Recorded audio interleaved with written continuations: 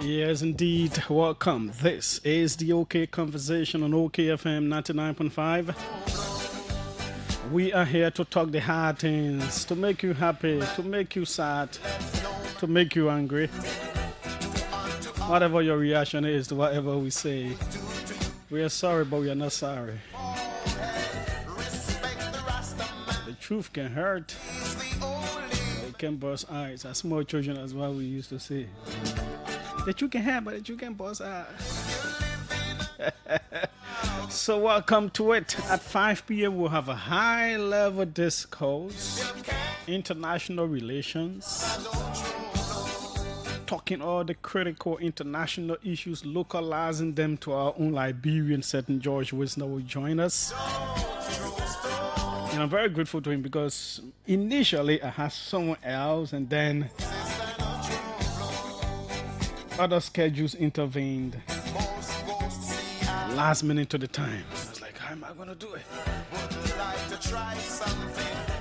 And then he was handy to accept our invite to talk these critical national issues. Before then, we'll talk all of the critical issues. After 4 o'clock, we will place the spotlight right at the door of Liberia's Supreme Court. Issue of the Chief Justice and appointments and everything else. We've done a whole lot of reading. We've seen a whole lot of things. We hear expert opinion as well,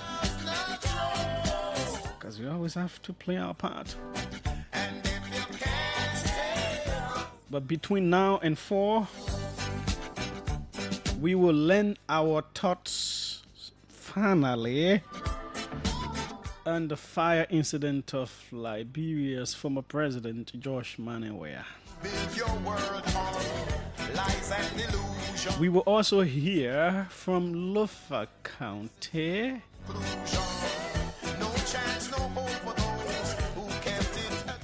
There is an issue that is coming up again, rearing its head. That is, some kind of building is going up. Who has it? What is it?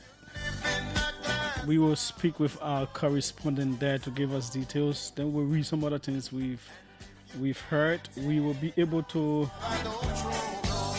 perhaps hear from a spokesperson of government if they are available. We've already had initial conversations.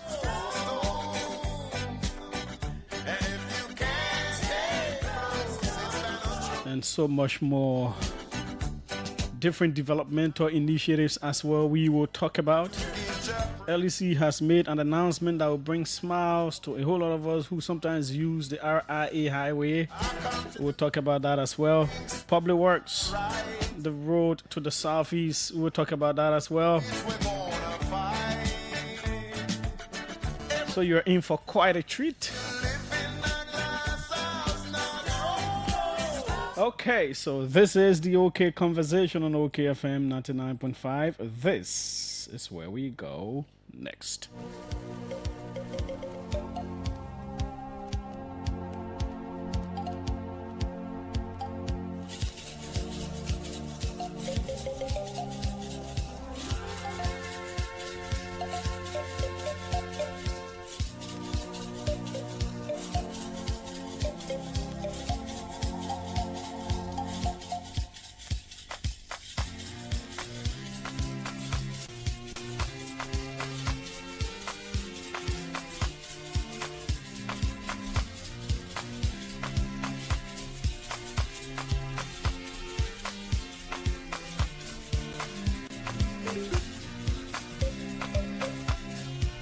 You know I love good news, right? I love controversial news. I love good news. I love hard news. Everything. I love international news as well. The one that can anger people. Why should international news make you vex? Yeah? I thought it has been okay since Ellington. All the radio stations, all news outlets in Liberia can have international news segment. We are referring news. So, why does it make you angry when we write the international news on social media? from Fabric Radio to OKFM, all my shows, I'm always reading international stories, interesting ones. These days, people can see you writing about international things. Why?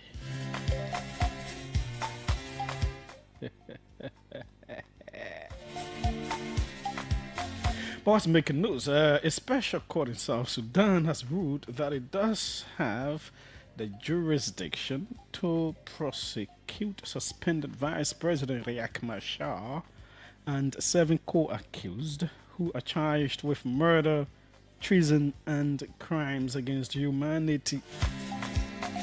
The court dismissed all objections by Machar's legal team regarding its authority, the constitutionality of the proceedings, and the claim that he was immune from prosecution. The case will continue on Wednesday. Machar has dismissed the charges brought against him 2 weeks ago as a political witch hunt.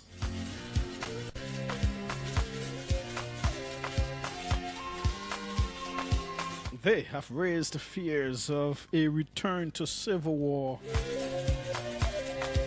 Namibia says it is sending in helicopters and hundreds of soldiers to battle a fire that has ravished a third of a key nature reserve. Etosha National Park is one of Southern Africa's top tourist attractions, known for its vast salt pan that can be seen from space. It is also home to critically endangered black rhinos. You know, rhino is a short form for rhinoceros. You know, sometimes that's the reason I need some money, to have some money to travel. Travel is a good thing. Travel to different countries, see different things, like just walking on salt, yeah.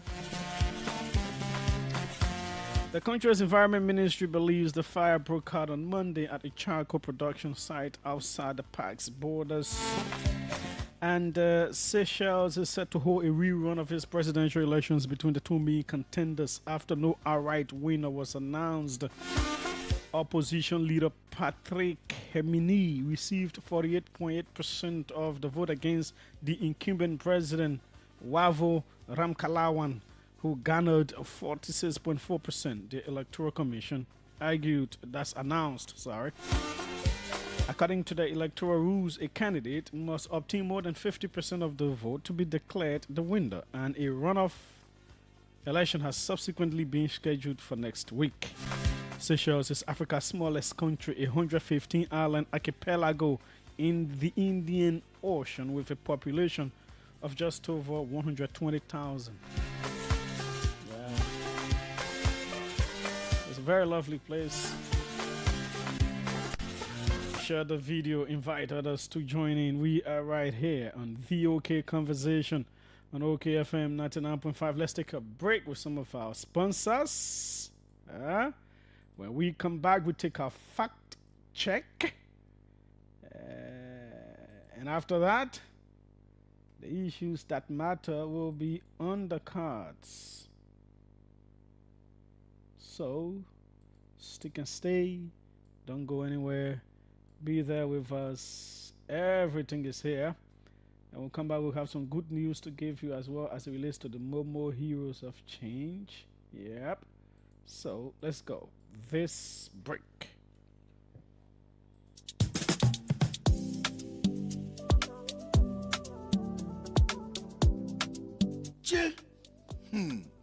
Things are on me.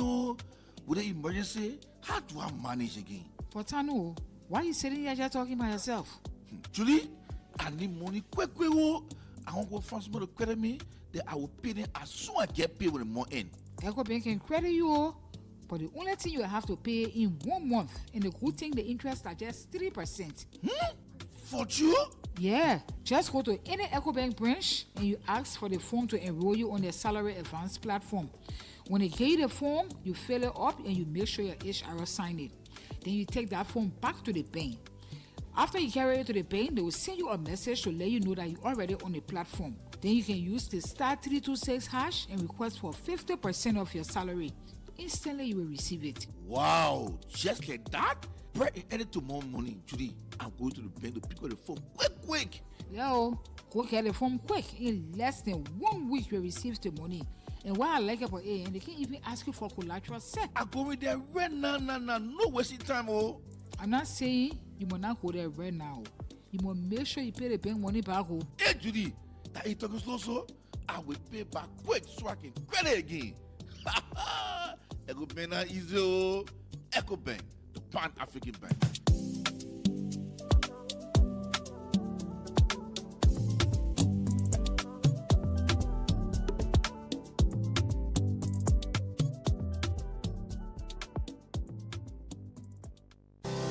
Mama, who takes care of development in our country? We all do, my baby. You see, every time we pay our taxes, we are taking care of our country, Mama Liberia. Taxes help provide clean water, safe communities, and jobs for our people. When you pay your tax, Liberia grows. Be proud, be responsible. Pay your taxes for a better Liberia. Pay tax, we all enjoy. Mama, who takes care of development in our country? We all do, my baby. You see, every time we pay our taxes, we are... Okay, welcome back. This is the OK Conversation on OKFM 99.5. Before we take our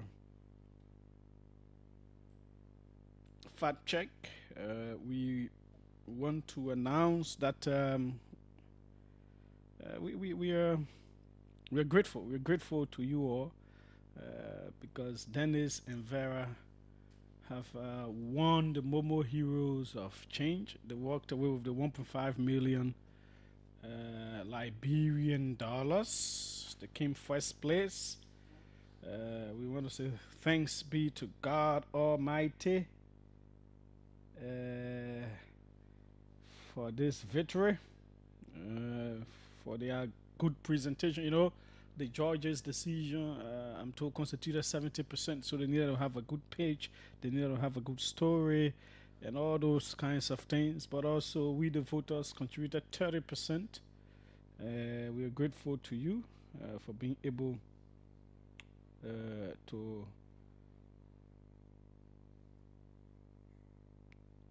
follow us, agree with us, and vote for them, that they've been able to win, which of course is going to have a remarkable impact.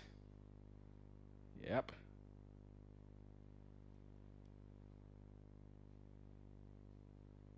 So we sincerely appreciate everything that you have done. Okay. Good. Okay, so they have won, and we are grateful to all of you. Let's now take our fact check.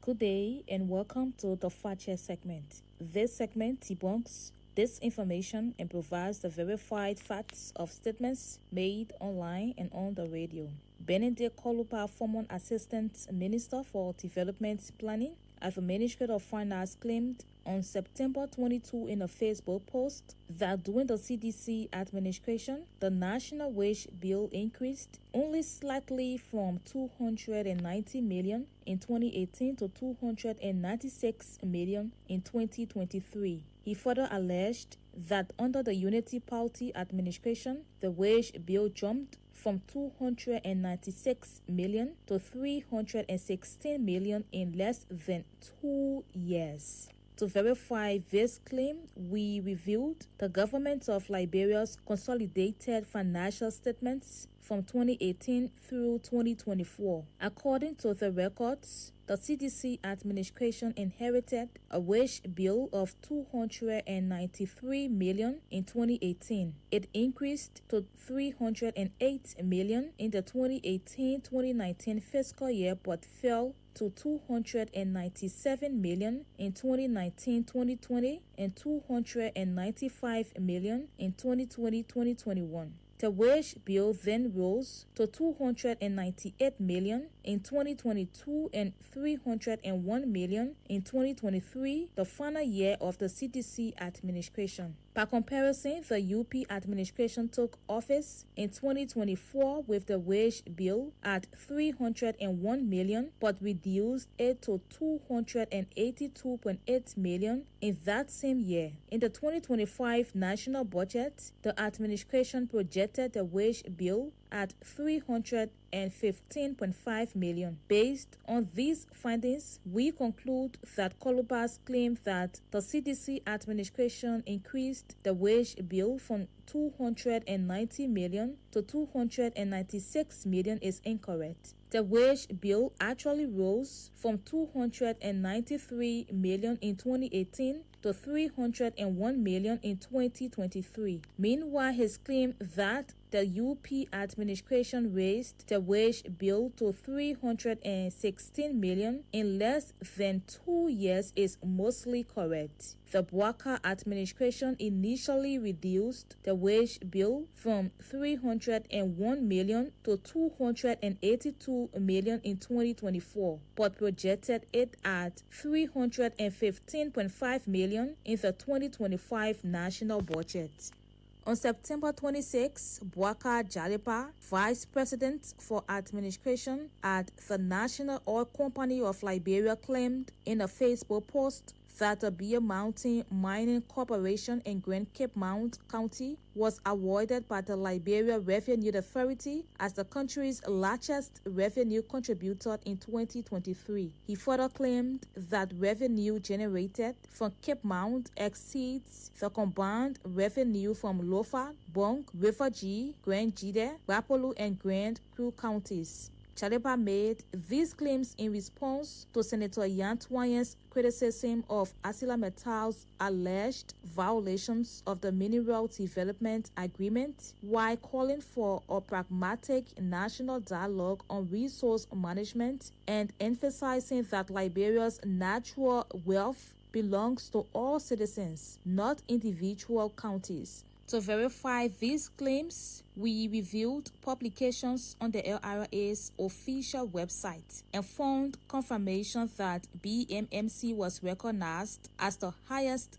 tax contributor nationwide for 2023. However, we found no evidence to support Chalipa's second claim that Grand Cape Mount's revenue surpasses the combined contributions of the 6 counties he mentioned. We searched the LRA website and found reports detailing national and sectoral revenue collections, focusing on national aggregates and not a comprehensive county-by-county breakdown. We have meanwhile contacted him via WhatsApp to request the source of this information and will update this report if he responds. Based on these findings, we conclude that Jaliba's claim that Beer Mountain Mining Corporation was named Liberia's high local voices Liberia, OKFM, Pram FM, and Care Radio to counter this information to help the public make informed decisions. This MOU is funded by the Liberia Media Empowerment Project, implemented by Internews with funding from the European Union. The funder or partner had no say in the editorial decision, leading to the production of this fact-check segment. We will be back on Monday with more fact-check reports to help you know the facts. If you want us to fact-check or claim for you, please send us a text to WhatsApp on 0777 556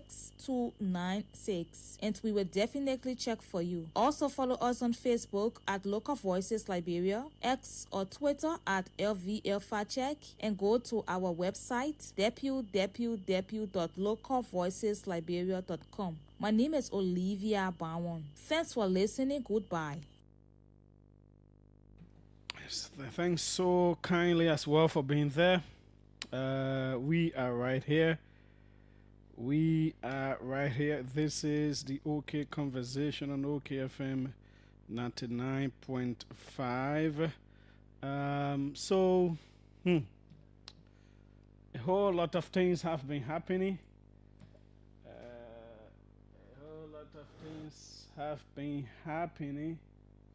let's take this Liberian song. You know, I want to go back in time. I hope this is the oh no, it's not coming up. Where is it? My producers need to come around. I thought it is supposed to be here. Let me check. I want to play that song, man. Yes, it's been a while. I want to go back in time, bring you some of those juicy. I'll be bringing some juicy songs. I'll be bringing some juicy songs.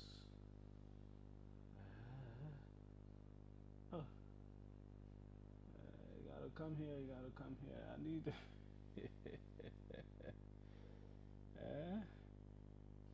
Can't find this one. We can find me pot balling, man. The remix. Everybody pot balling, my pot can ball.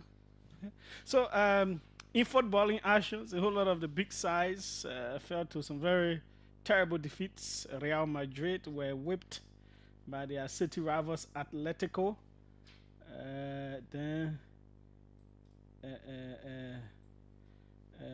Chelsea were whipped. You know, I told you Chelsea is not really. For some reason, they're not really, you know, they're not really pleasing on the eye. I don't think they're good enough. Manchester were whipped as well. Arsenal really did well against Newcastle. It was quite a game yesterday. Liverpool also fell by the wayside. Barcelona got a 2-1 win. So yeah, things are shaping up.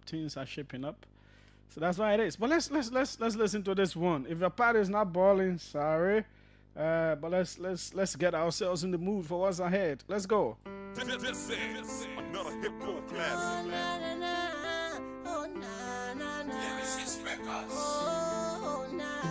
Remix. Explain. Premier League. Dr. Jason. Rocket Bucket. I got fresh on the one. Aye. Hustle. Premier League. Talk to me. Everybody pot balling. My pot can ball. To end dollars. You gotta fuel it all. Behold, come on. Not a hustle. Papa coming home. We can buy stones. Everybody pot balling. My pot can ball. You got to fuel it all.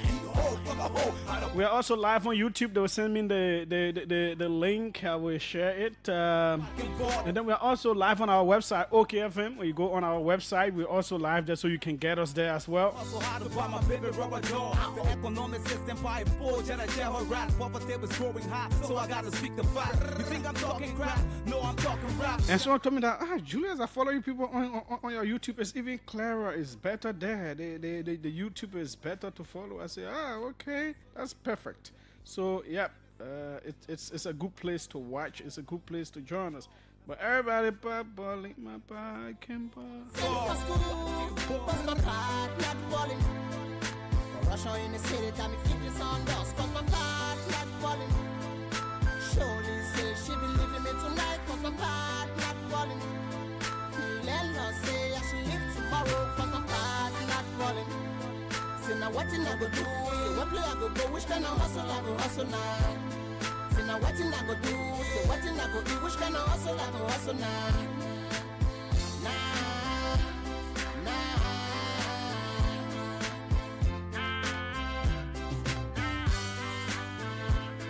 Everybody pop balling, but my pocket ball. Now everybody causing shot, but why I can't call? D-hole, call a hole, that the whole hustle. Send behold, you owe me one bottle. Now everybody for the set, only call for all. I hope in call for y'all, they want divine Congo all. In the whole music game, let me tell you what it is. See they think, the common people still don't know how to think they will land. Because the other common men get common sense. I'm a common sense, made me to be intelligent. I understand all that BB10, all irrelevant, I get no content. And I want you as a president, too much BB talk, and resort to negligent and neglected the building country, no development. So, embezzlement, and the money to echo band, bidding other country dance, supporting our resources, why they importing back, we can never see no profit, now we need a profit, to come and take us from poverty, to prosperity, for people crying every day. Big masters, everybody pot falling, my pot can ball. To end dollars, you gotta play like dog. Come on, ho, not a ho, hustle. Papa coming home, we can try. eba cover, eba follow, eba lover. Have to achieve through the struggle, make the hustle better. Railway and blue, I'm like a prophet on the cross. I'm preaching in the message, but no one can hear my voice. I can downplay, Ella be my talent, never lived it. Every message that I brought to them is I'm business. I'm a power with Paul, I support.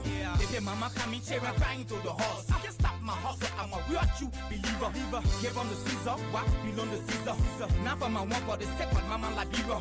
Don't he said I can get me so give me a garbage. Who not hoping on the Lord that my life be established. Again I try, I think about my past. As a hustler, you gotta be strong in the faith. You gotta double up, sometimes temptation come your way. Ever when my pass out the ball, as a ball, and the whole LIB they gonna know what's up. What's up? They gonna know what's up. Cause life's so hard. It seem a little nigga gotta hustle just to keep on a job. And they say it's only politics, but it's just some polish tricks. They just all about getting the dollar shit. This is for my hood niggas in the G hustling. And for all my single mothers struggling and suffering. No more election, they just do a selection. That's why them niggas always using a deadly weapon. And to all my youth, them better keep your head up. Wake up in the morning, make your bed, get your break up. Even the leadership did some DRRT. But only Charles Taylor in the Hague, ICC. Even the leadership did some DRRT. But only Charles Taylor in the Hague, ICC. Everybody proud body, back and ball. You got to fight all the whole hustle. I'm coming home, you get back.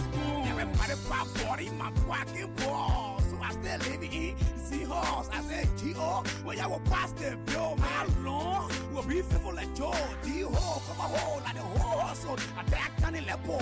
I'm telling you, I come home, I get by small G.H. Give me proud body.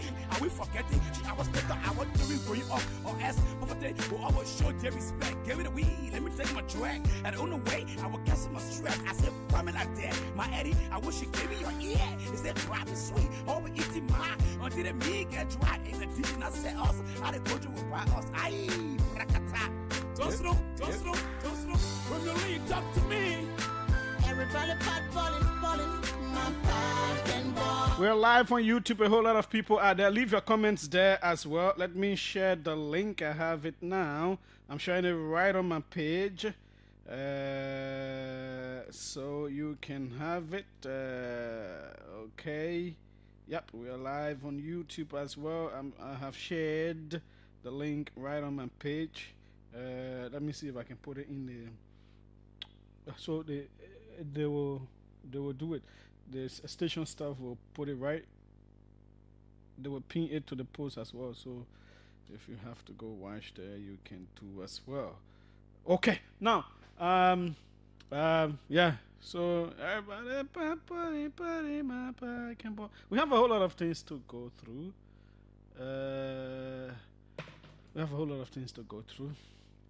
But let's start from last week.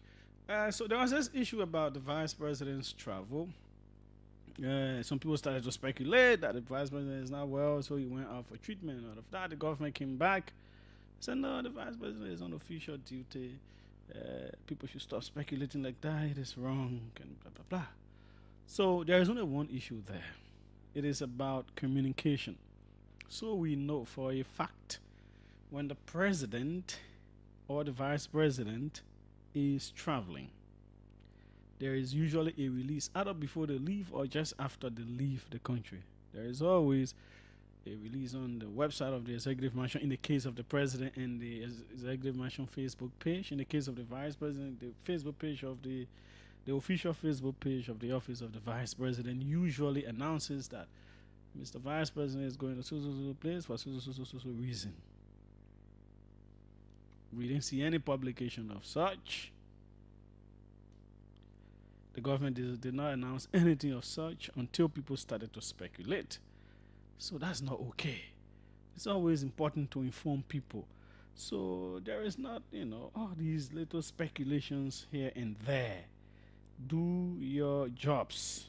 So how will people believe what you're saying, And of course, some of us also do not have evidence to prove that he's not well. That is why he went out. But you leave all of us in a state of confusion when you're not properly communicating. Now, I tell you, I have plenty of good news today, right? So one of them is from Liberian musical star Jezino. Jezino wrote earlier today Hey guys, this is one of our little investments that helps in putting money on the table for music promotion and other things. We are growing gradually, but we need your support in order to get bigger.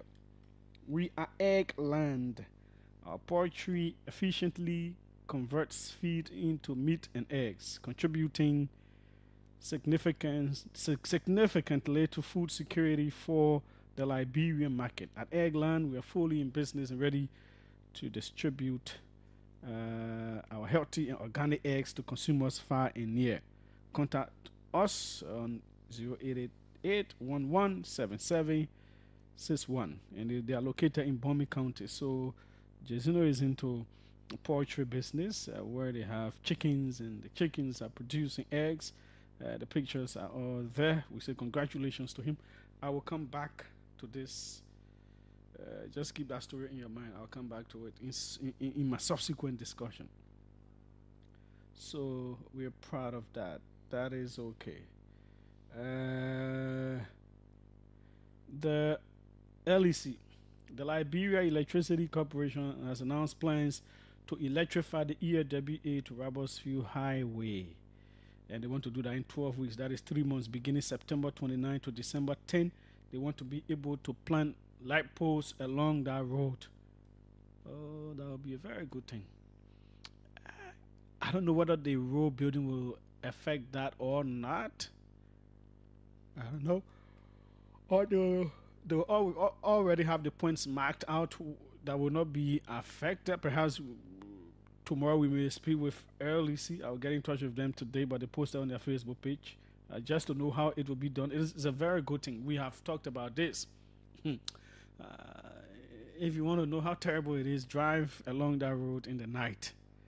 It can be very, very bad, very, very terrible. You know, to even see beyond yourself is not easy. So it is a very, very, very good initiative. We just want to get that little detail. The building of the road will not affect it. That is the only thing. Public Works Ministry has also written, they've said the biodiversity study that was conducted for the construction of a 40-kilometer road linking Tapita to Town and onward to Zweju and submitted to the World Bank for no objection has been approved. Currently, the ministry is working out all technical modalities to ensure the commencement of actual works during this dry season. So, paving of the road from Tapita to Town. Public Works says they've got a no objection, the biodiversity study to that, and so they are getting everything set to ensure that the dry season they'll be able to start pavement works. You know, that road is very, very much close to my heart. I've always spoken about it from Ellington to Weah to now, because I imagine a future where Friday morning after the show on Thursday, Friday, I can go to Maryland and come back Sunday. Go to church Sunday and come back. That's what I envision with my little slave queen, you know. So that's the kind of future I imagine. So that's what I want to see happening. So yeah, all of our support to that. Good. So to God be the glory. We want to see a whole lot of that happening. Very well. Okay. Yeah. That's all good news, right?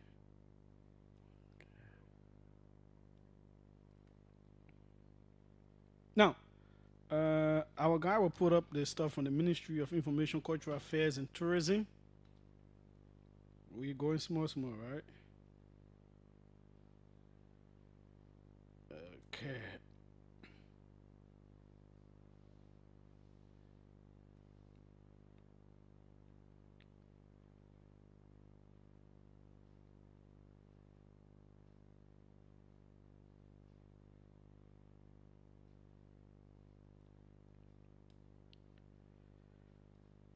Yeah, please put up the Information Ministry.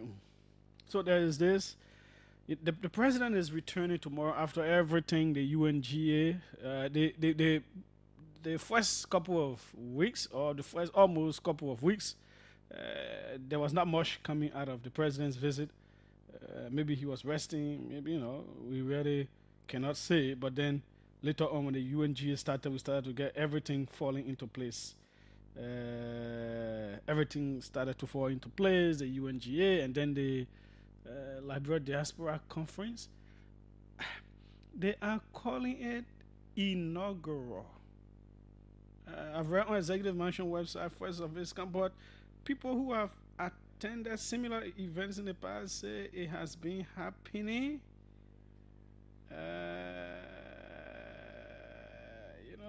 So I don't know. Let me see. Someone sent me something from where Ellington. It's in Diaspora Conference 2015. All Liberian Diaspora Conference 2015. Sent me a YouTube link as well. It's a video. I watched it. So I don't know if this is different, but it's something that has been happening. But whatever the case is, that is not the main point I wanted to talk about. It's the fact that the president is returning on tomorrow. And this is the announcement from the Ministry of Information, Cultural Affairs and Tourism. His Excellency President Joseph Newman Boakai Sr. will be arriving in the country on Tuesday, September 30th, after a successful conclusion of his official visit to the United States of America. So if we check from the 8th, the president left to tomorrow, he's returning. That's like 3 weeks. So the president spent 3 weeks out. While in the United States of America, President Boakai actively participated in the 80th session of the United Nations General Assembly, where he held bilateral and multilateral meetings to mobilize support for Liberia's development agenda, and later launched the Liberia Diaspora Conference, aimed at rallying Liberians abroad to remain engaged in national development programs. So this one is Liberia Diaspora Conference. All Liberian diaspora. So maybe it changed in name. Upon arrival, President Boakai will attend an intercessory service in his honor at the Life Center Church, Benson Avenue, Lower Margibi County, along the Monrovia-Robertsville Highway, where well-wishers and officials of government are encouraged to attend.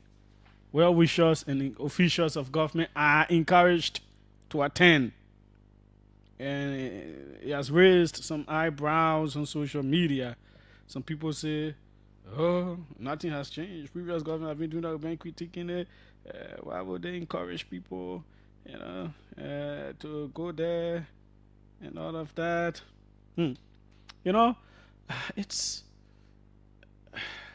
So it is not a mandate. They're not mandating them, right? They're not saying you're forced to go there. But if they say the president is coming and you're official government, you are encouraged to go. When you read that kind of memo, how do you perceive it? You not see it as mandate? I don't know. But that's the argument being made by some people. But let me give you a bit of historicity of what I know. I covered President Ellen Johnson Sirleaf then for a little over a year. And I got in trouble for this very similar thing. I had just returned from the UNGA. I was fresh, always controversial. I can be looking at you, acting like you way tall, and it will shake me. I was small, but I was high. The time I grew that time, I'd be more high. I just returned from the UNG. I was part of the foreign minister then, Augustine Kafuan's delegation. I returned. And then President Sirleaf was returning later. The government, this one, at least they're not mobilizing you. The government was mobilizing people. All the ministries were getting buses to carry people to welcome President Sirleaf. Because at that UNGA, opposition people had gone to protest against the president. I was on the foreign minister's delegation. We're at a meeting. I sneaked out of that meeting. Imagine government carry you on trip. I sneaked out of that meeting to go cover the protests. First time in America, I don't know anything about the people looking at. Just passing all around. I found a place. I spent 1 hour with the guys. I posted all your concerns. I reported all your concerns. Vandala Pacho were way in Liberia that time. Oh, the mayor on my case. The mayor on my case. There was a group that even went to appreciate. So the two groups are side by side. The group that went to appreciate, to protest in favor of the government. They were like 2 blocks away from the group that went against the government. I don't know whether the government did it or what, but the group that went to protest in favor of the government, they were more than the people who went against the government. There were plenty. Yeah. So I think the government wanted to show that strength and everything, because the guys back home said they were going to do it. That time they were talking about Ellen step down and all those kinds of things.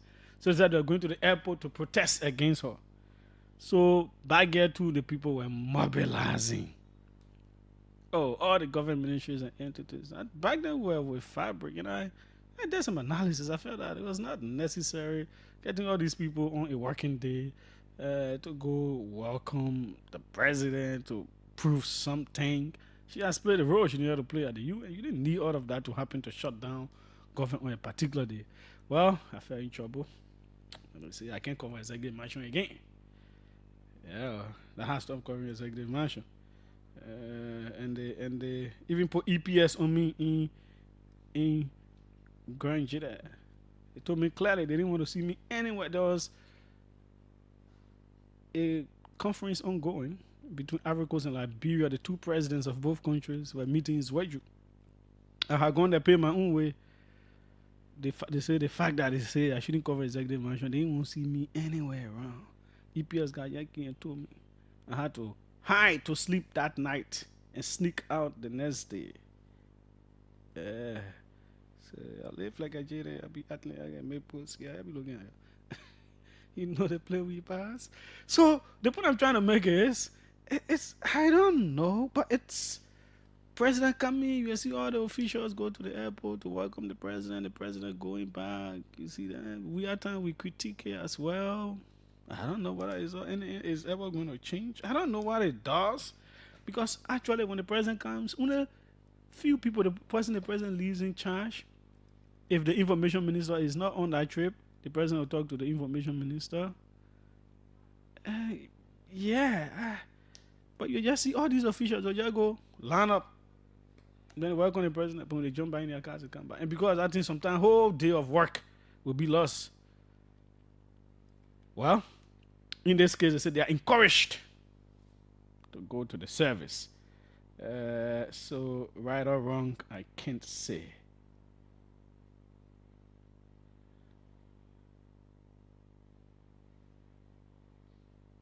Okay. So that is that for that one.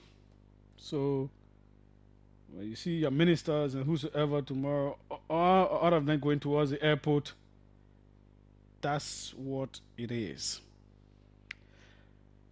Now, we have to talk about this. Because at any point in time, when issues come up, we should be able to lend our voice. Last week, after 12, well, perhaps just after 1 or so, I got a call from somebody around the home of the former president on 9th Street. God came in first, I was sleeping, and then it woke me up. The former president's house is on fire. I'm coming to send you videos. So, and then I received the initial video. At that point, then I received the second video when the fire service was going there and all that. I thought for long, I said I will not report it. I will not post about it. Few things. This is Sinko. This is a former president. I guess there are state security guiding the property. So obviously, they will call fire service. That was before I received the fire service stuff. And I believe it will be handled. If I should post at this time of the night a video of former President Weah's home on fire, I don't know what it will do to other people who will read it. Some of us, we are very sensitive to a whole lot of things. You don't know what someone will think, how they will take it. They will say, they're pointing. Because, mind you, the man had just returned. There was an issue at the airport and all that stuff. You don't know what it could. This is a heavily loved man that people could want to die for.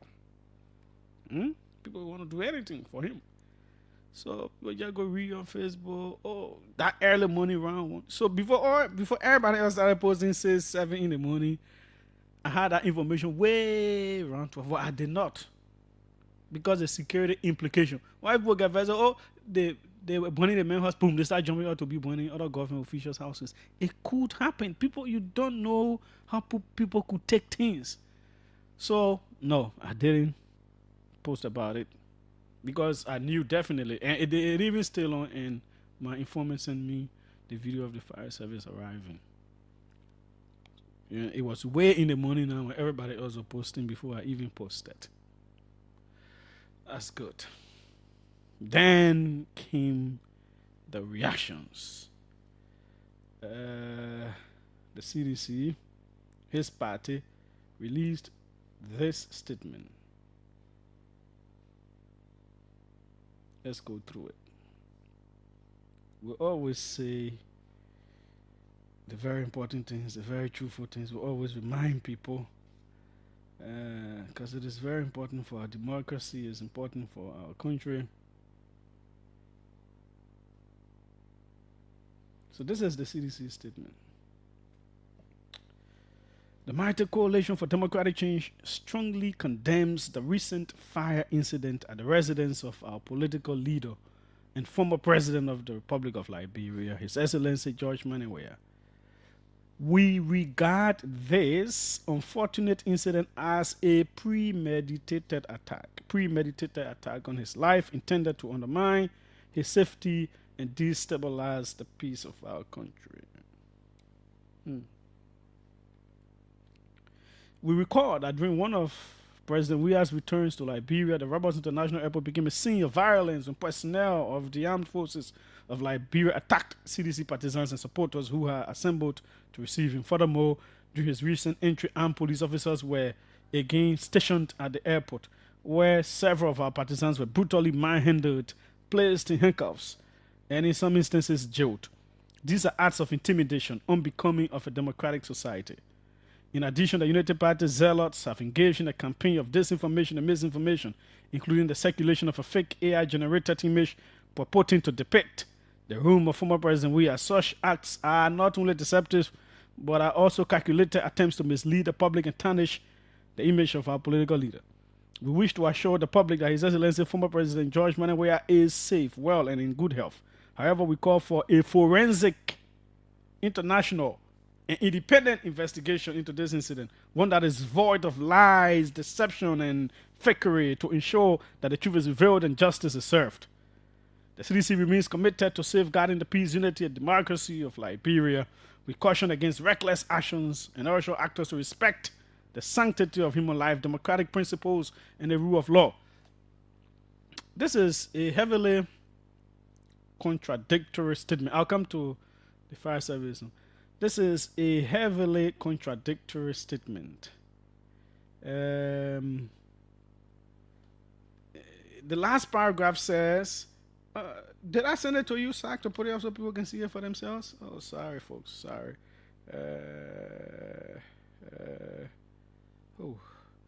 Anyways, yeah, that's okay. It has been all on social media, so a whole lot of you are seeing it. I don't want to lose my thoughts. So this statement here is inherently contradictory. The last paragraph says the CDC remains committed to safeguarding the peace, true, unity, maybe true, I'm not sure, and democracy of Liberia, true. We caution against reckless actions, and urge all actors to respect the sanctity of human life, democratic principles, and the rule of law. In the first paragraph, the statement says, strongly condemns the recent fire incident. Good. To condemn the fire incident is good. Mind you, the careful is a fire incident. That's very good. At the residence of our, but then the second In the very same paragraph, in the second sentence, it says, we regard this unfortunate incident as a premeditated attack on his life. Without referring to the fire incident as arson, they still say it was a premeditated attack on his life. That's how they regard it. That means they have investigated and they have concluded. Intended to undermine his safety and destabilize the peace of our nation. Now, the succeeding 1, 2, 3 paragraphs to support the claim of a premeditated attack do not say anything to substantiate this claim. One talks about former President Weah returning and AFL people beating CDC partisans. The second one talks about the incident at the airport just the time he came. And the third one talks about United Party zealots engaging in a campaign of disinformation with an AI-generated image. These three things do not support the claim that it was a premeditated attack. For somebody to do that, there are two things. Either they enter the house to burn it despite the security, they sneak in, or perhaps they stood outside and they threw petrol bomb, or they flew over the house with a plane and put something inside to burn it. So it is the kind of evidence to say, oh, we caught someone, or we saw someone, or so. But no, none of that is there. But in the very first paragraph, it says, unfortunate incident that is premeditated attack. Then, in the penultimate paragraph, that is second to last, after concluding and saying this is what it is, a premeditated attack, then it comes back to say, however, we call for a forensic, international, and independent investigation into this incident, one that is void of lies, deception, and fakery. Well, you've already concluded. Usually you will write this statement without concluding that it is this and that you only call for investigation. That is what statesmanship should depict. We will come back. Then let's go to fire service. Fire service, press statement. Fire service said like they were rushing to write this thing. The guys organized mistakes.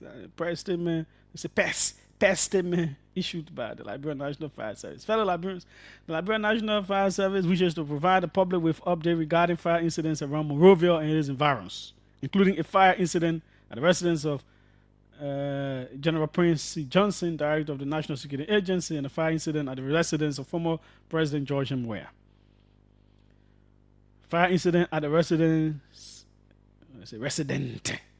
of General Johnson. On September 21, 2025, at about 3 a.m., the LMFS received a call of a fire outbreak. So the one was September 21, right? At the residence of General Johnson, located at New Kema Town, Guinea Community, Soul Clinic, Monserrado County. Engines 4 and 5 responded at 3:15 a.m. Investigation to establish the cause of fire is ongoing. Perfect. Fire incident at the residence of former President Weah. On September 24, 2025, at about 12:48 a.m. Wednesday morning, the Liberia National Fire Service received a call that the 9th Street residence of former President George M. Weah was gutted by fire. Upon receiving the call, the second shift crew at Station 1 on Ashmont Street immediately departed the station at 12:48 a.m. and arrived at the fire scene. So this one was the 24th. General Johnson's incident was September 21. This one was September 24.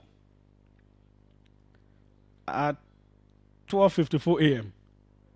While Station 1 was fighting the fire, Stations 4 and 5 along with the ambulance went as backup to Station 1. According to the firefighters, the origin of the fire was from the former president's room on the first floor. The fire later spread to the bed, dresser, and window. Major Josh S. Davis, commander of the second shift, observed that the current was fluctuating at the time of combating the fire. The team believed that the cause of the fire was as a result of electrical shock. The fire was extinguished at 1:20 a.m. and the team departed the fire scene at 2:03 a.m. On Wednesday morning of September 24, 2025, the fire investigators went to the 9th Street residence of former President George Weah to investigate and establish the actual cause of the fire, but they were denied entry into the compound. They were told that they will be contacted when the need arises. Up to the release of this statement, the Liberia National Fire Service is yet to receive a call. Third incident. Other fire incidents. On September 24, 2025, there was a fire outbreak at Rehab Road, Jacobtown, Painesville. Regrettably, there were 3 deaths on the same September 24 as a result of the fire. Investigation to establish the cause of the fire is ongoing. So there are 3 fire incidents spoken about. The first one happened on the 21st. Investigation is ongoing. The other one happened on the same 24th. 3 deaths. Investigation is ongoing.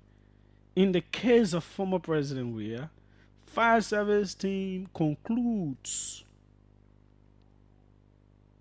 that they believe that the cause of the fire was a result of electrical shock. Then they went back in the morning to establish the actual cause of the fire. Who does that? So just like the CDC statement is inherently contradictory, the fire service is clearly contradicting itself. If you do not know the cause, if you have not established the cause, then the same way you reference General Johnson's incident as investigation is ongoing without trying to establish the cause before finding out the cause, was what you have applied here. That is the professional thing to do. Do you know that this building, any building, if current is on and fire starts, sorry folks, do I have this on silence? And fire starts and current on, you don't know it can have impact on the current? Oh yeah, it can. On the electricity, it can have impact. So that you go somewhere and see current fluctuating doesn't actually mean it is current that caused the fire until you can investigate to establish. So you did not investigate, you saw fluctuation, so you concluded before you want to go investigate again. That was a slip. Now, let's clinch the matter. I think then former President Weah himself came on yesterday at his church. He spoke about the incident. And let's read verbatim because Nyanti posted exactly what he had to say.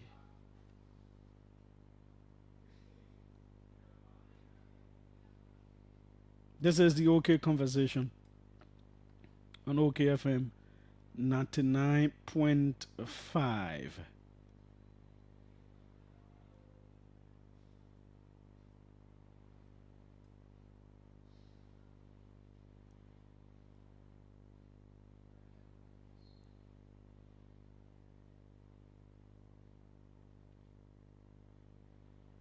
Okay.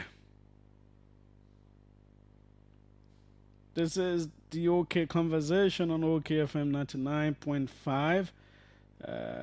We want to read to you. So he says, after I got home, my wife told me we'll sleep in rehab tonight. We'll not sleep on 9th Street. I kept quiet and listened to her. Unfortunately, someone later called me and said that my house on 9th Street had burned down. I simply told the person, glory be to God. I was not there, but someone called and said that my house was on fire. I don't know what happened. This is the second time. I remember they chased me out of that house as they set it on fire. I don't know what happened, but to God be the glory. Yes, the flames went up, but the house stayed. So he was talking about during the wartime where the first time and blah, blah, blah, when the house was burnt. I think this was okay.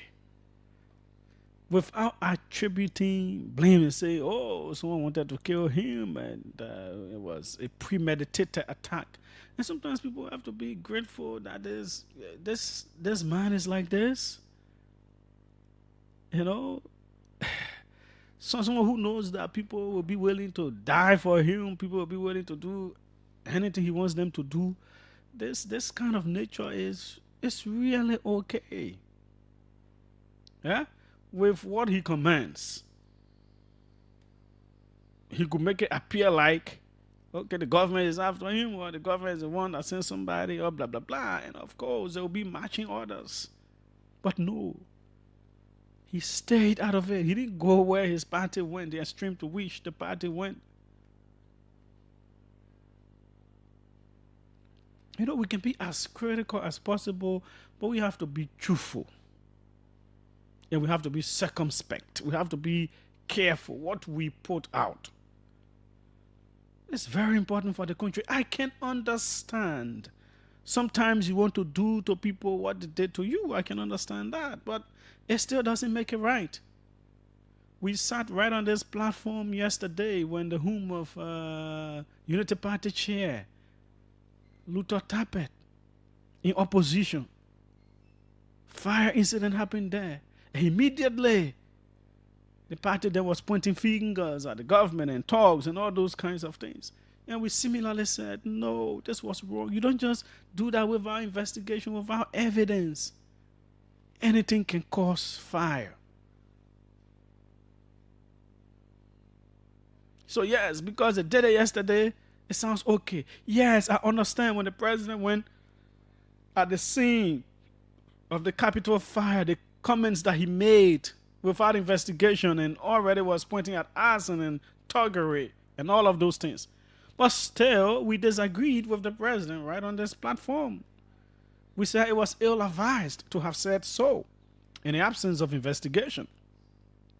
We could understand how it would feel like when you get to a government infrastructure and the kind of devastating fire. We can understand.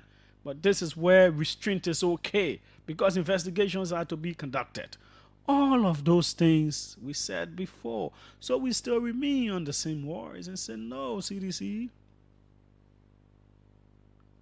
you should not have written the statement the way you did. It was wrong. You do not have a single evidence so far in your statement. And then the owner of the home himself comes up and speaks, say, I don't know what happened. Now, nobody say, oh, no one burned it, or yes, someone burned it. The fact is, investigations should establish what the cause is. If the owner feels that, okay, there is no issue, it is my home, I will do what I'm supposed to do with it, the investigation stops, then that's it.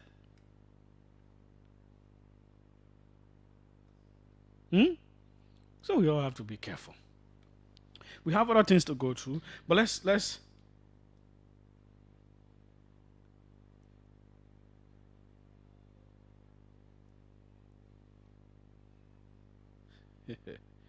now, let me take this. Like this one be playing while we get in contact with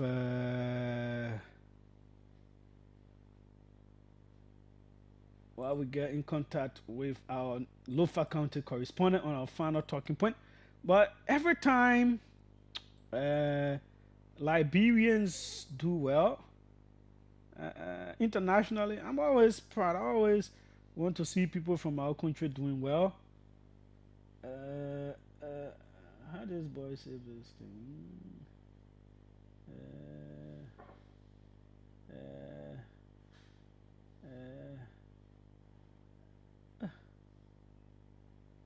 How you save this? You know,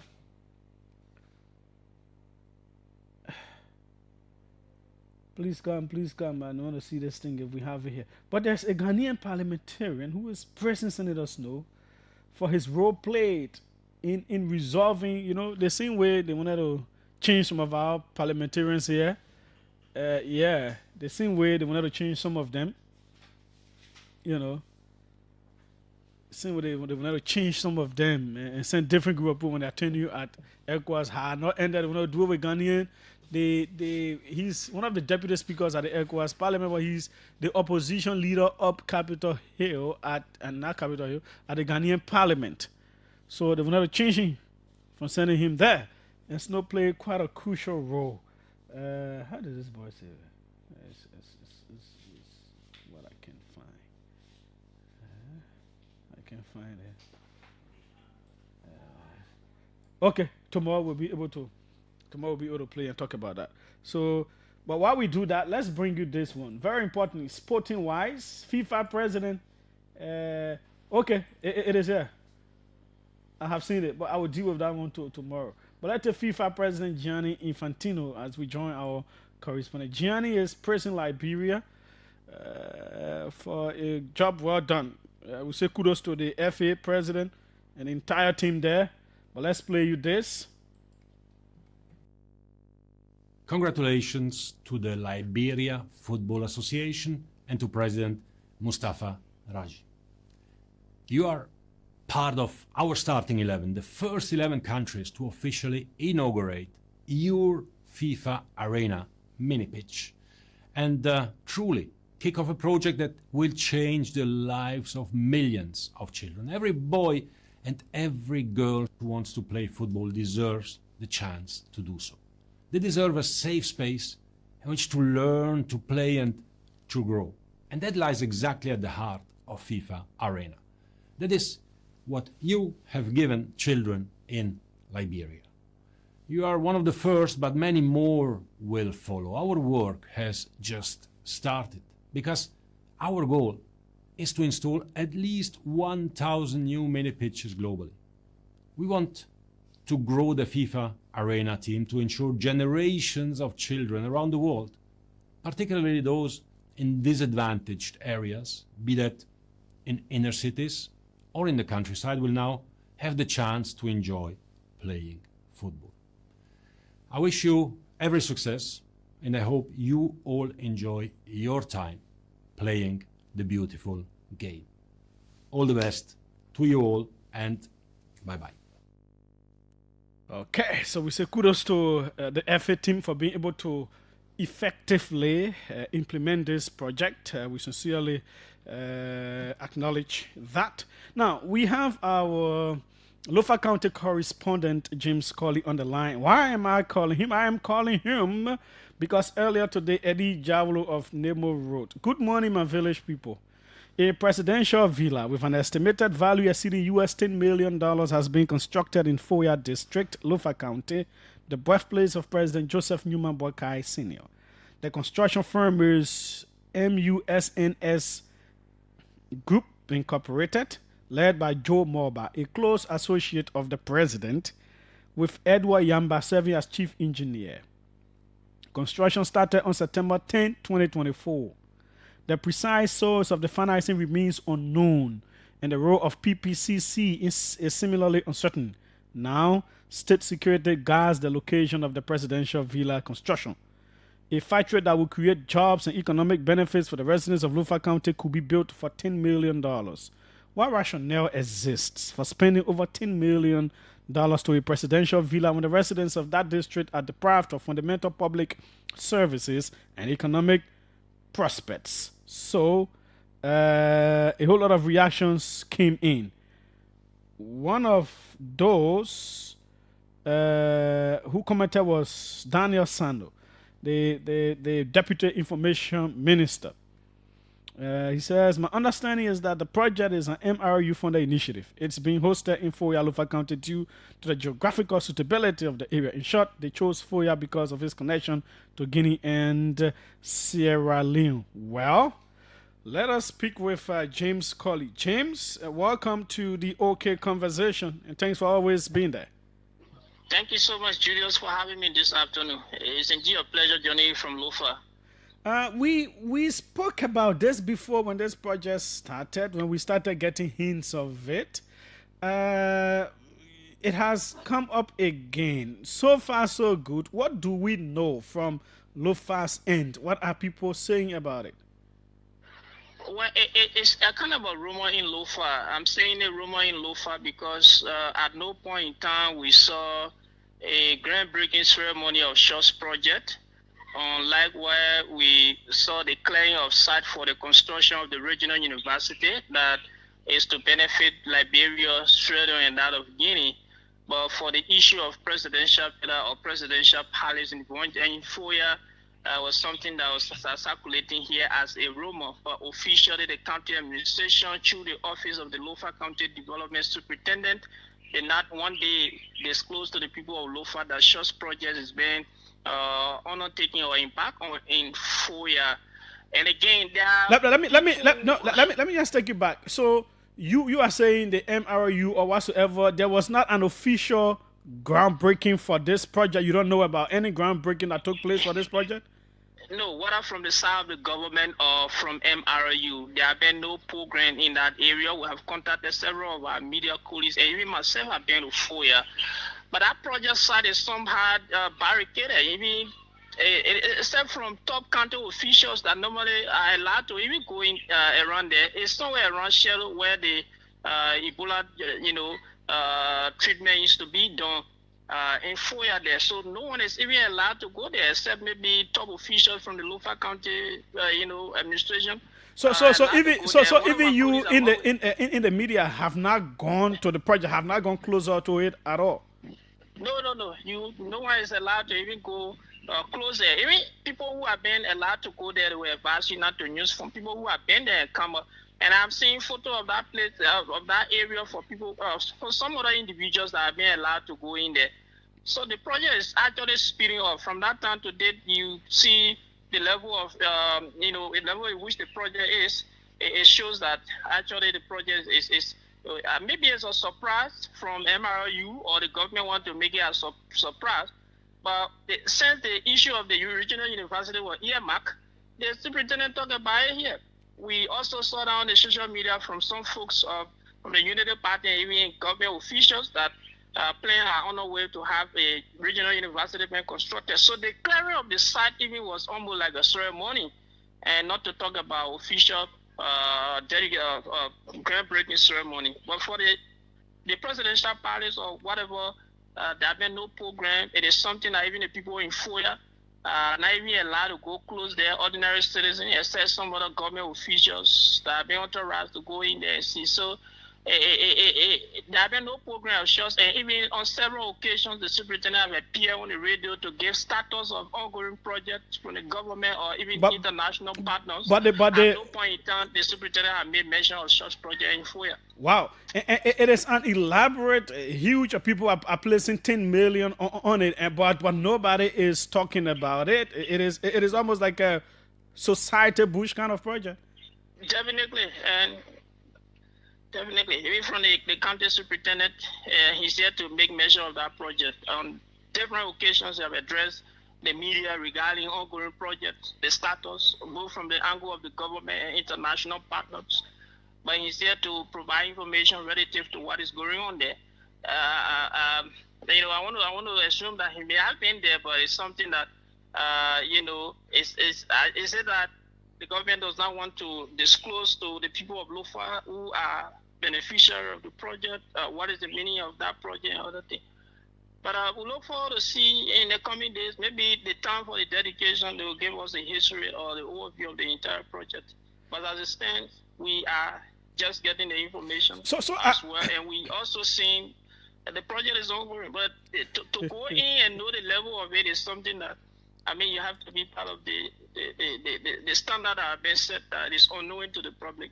So, because I know when the ECOWAS, for an example, is building a bridge between Liberia and Ivory Coast, the Maryland side, there was a huge ceremony with officials of the two countries and ECOWAS officials and all of that. There was a huge groundbreaking and all those kinds of things. But in this case now, everything is just silent around this one.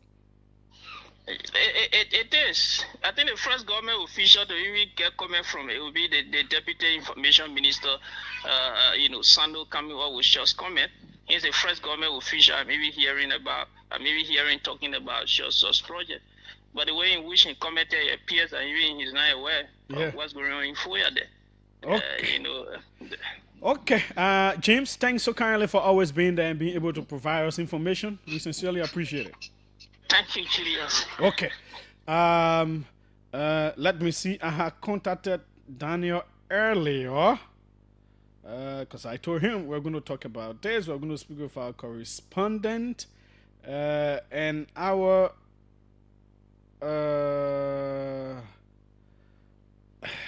our discussion was that he was supposed to get additional information, and if that information had come in from the Ministry of State, he will be able to speak with us. If not, then he will want to wait for that information from the Ministry of State. So let me try him to see if he's available now. If he's not, then so far so good. That is it. But we'll continue to put our eyes behind it. This is the OK Conversation on OKFM 99.5. Okay, so you heard from our correspondent. There hasn't been any groundbreaking. They just saw the project going up. Okay, it seems Daniel cannot talk to us now. Okay. So far so good. Let's hear from you. 777-700-995, the numbers to call. We've spoken on a whole lot. We can choose any of the discussions to talk about. As it relates to the project, it is still hanging in the air. We will continue to follow. What is it? There are two key questions there. It's about the financing, the source of financing. What is it for? Because when I just started, we've been hearing presidential villa. I've seen different posts about a presidential villa and all that stuff. We got to understand. It's actually a 10 million plus kind of project, you know. But again, we will not second guess. Welcome. Let's hear you. What's your name? Where are you calling from? This is Fernando Sweeney England. I phone in from Morocco. Go ahead. Thank you. So, Julius, I just want to specifically to the issue of the press conference, the press release that you spoke about. Which one? I think the issue of the press release spoken about from the CDC. Okay, go ahead. Okay, so I think I have a slightly different view from what you expressed. Mm-hmm. Yes, you have some points you made, some salient points. But I think the issue of the fact that the chairman stated that the sense mastermind, it means that the CDC has an internal intelligence team. And probably there was some kind of preliminary investigation done. And Bernardo, don't you think it would be okay for them to indicate some kind of level of evidence in the release rather than pointing to three incidents that are not tied to the fire incident at the home of the former president? Normally, intelligence don't unveil a particular source. What kind of intelligence? However, there is a clue. Now, there are incidents that the press release referred to, which could project that yes, indeed, this thing happened from this angle. My man, I know you are. I think you are studying in Morocco, and I know you know what correlation is. Right, I understand that. So as a matter of fact, I'm a science student. So I am trying to see what the correlation of those incidents, what it is to the fire incident. No, the fact that we must understand that CDC is a political institution. President Weah is a leader, though a politician, but not the typical one. So when the CDC speaks, there is some kind of information they get from somewhere that informs their statement that they put out there. And the fact that they call for an international investigation, it still doesn't negate the fact that there is a source that they can bend on, or they can stand on to project their statement. Thank you. Okay, thanks so kindly. That's democracy. Before let's take this other international one before we come local. Welcome. Let's hear you. Well done, Julius. This is Martha, and I call you from our rescue center. Go ahead. Julius, the entire release by the CDC is contradicting, and most of the try not to re-release it from CDC or listen to press conferences. But I listened to the one from Jangaku that day. It was completely contradicting to what he said, what he said in the release. He said the fire water in the president's bedroom, and then they came back again and said they condemned the entire group all the way, and to a conclusion. And they say it's a premeditated attack to take the life of the president. Nobody wants to kill George Weah in Liberia. George Weah is the most popular man in Liberia. So even if the government hang him, they know it will be good for themselves. So nobody wants to kill George Weah. And then going back to the president's condominium that he built in Lofa. Allegedly. I will not answer you right now. It's not allegedly. The building, I saw the picture. Yeah, but at this point, we don't know what it is. The government itself is not saying explicitly what it is. Julius, if it wasn't the president's personal property, this person are left breaking ground at that. You think I'm going to go there and go break ground? They got to believe in breaking ground. They like it so much. And that's how they're pick up your call right now, because everything he say right now will be a lie, and we wasting his job. So you want to answer the phone. Okay, thanks so kindly. Let's take a few more. We have to go to the next talking point. Welcome, let's hear you. Yeah, Julius, how are you? I'm fine, go ahead. Yeah, thank you very much. I try to wait for the next talking point, but basically I called specifically on the project in Weah. When we first broke that news, the government said it was not true. Later on, the issue of statement, they had a public statement that it was a presidential villa that was being constructed. I want to see FM, that. Yeah, the Punch FM even report. Yeah, I've seen that Punch FM thing people been spreading, but I want to see the particular statement the government. I won't see where it came from. It's very Who said what? Yeah, I'm trying to get it also. Okay, but the Punch FM quoted the government officially that it was a presidential villa being constructed. Unlike the regional university that a reporter just spoke of, it's a separate project. But the reason he spoke about it was to say that before this university thing could happen, there was groundbreaking. You know, everybody knows about it. But in the case of this, there was a groundbreaking. I mean, it's a specific project brought of this quote unquote presidential project. When we raised the issue, we said, look, the president was building. I will tell you this, Judah, because we live in government, you leave people in the system. You even know security people in the system, you know everybody. So there's nothing hidden for the fact that you can see that building what is being put over. No matter what the security is, any picture or information, we get it from there. But there's a group of guys who want to take DC Martin. One of the negotiations that have been done behind the scene is for them to build a presidential palace down there, made it for President Weah. That's why the government is not saying nothing. That's why a lot of people don't even know what is happening. And that project is $10 million, Julius. I can tell you that for sure. In time with the sale of Ulugisi Mountain in Lofa County, for your reporter to tell you that he cannot even get closer to the place, not even officials in the county, all of those things, that means there is something top-notch about it. Even the deputy information minister cannot be exact of what it is. But I'm telling you, it's $10 million for the sale of Ulugisi. The president needs that place, and that's why that place has been constructed almost a year now. Plus, they've been building you posted about the president allegedly building other homes to other places. What is the reliability of that information? It's good that when I broke the news about this presidential project about a year ago, people were doubting. No, you were. I don't think you were the one that broke it, because I can remember I spoke about this thing last year.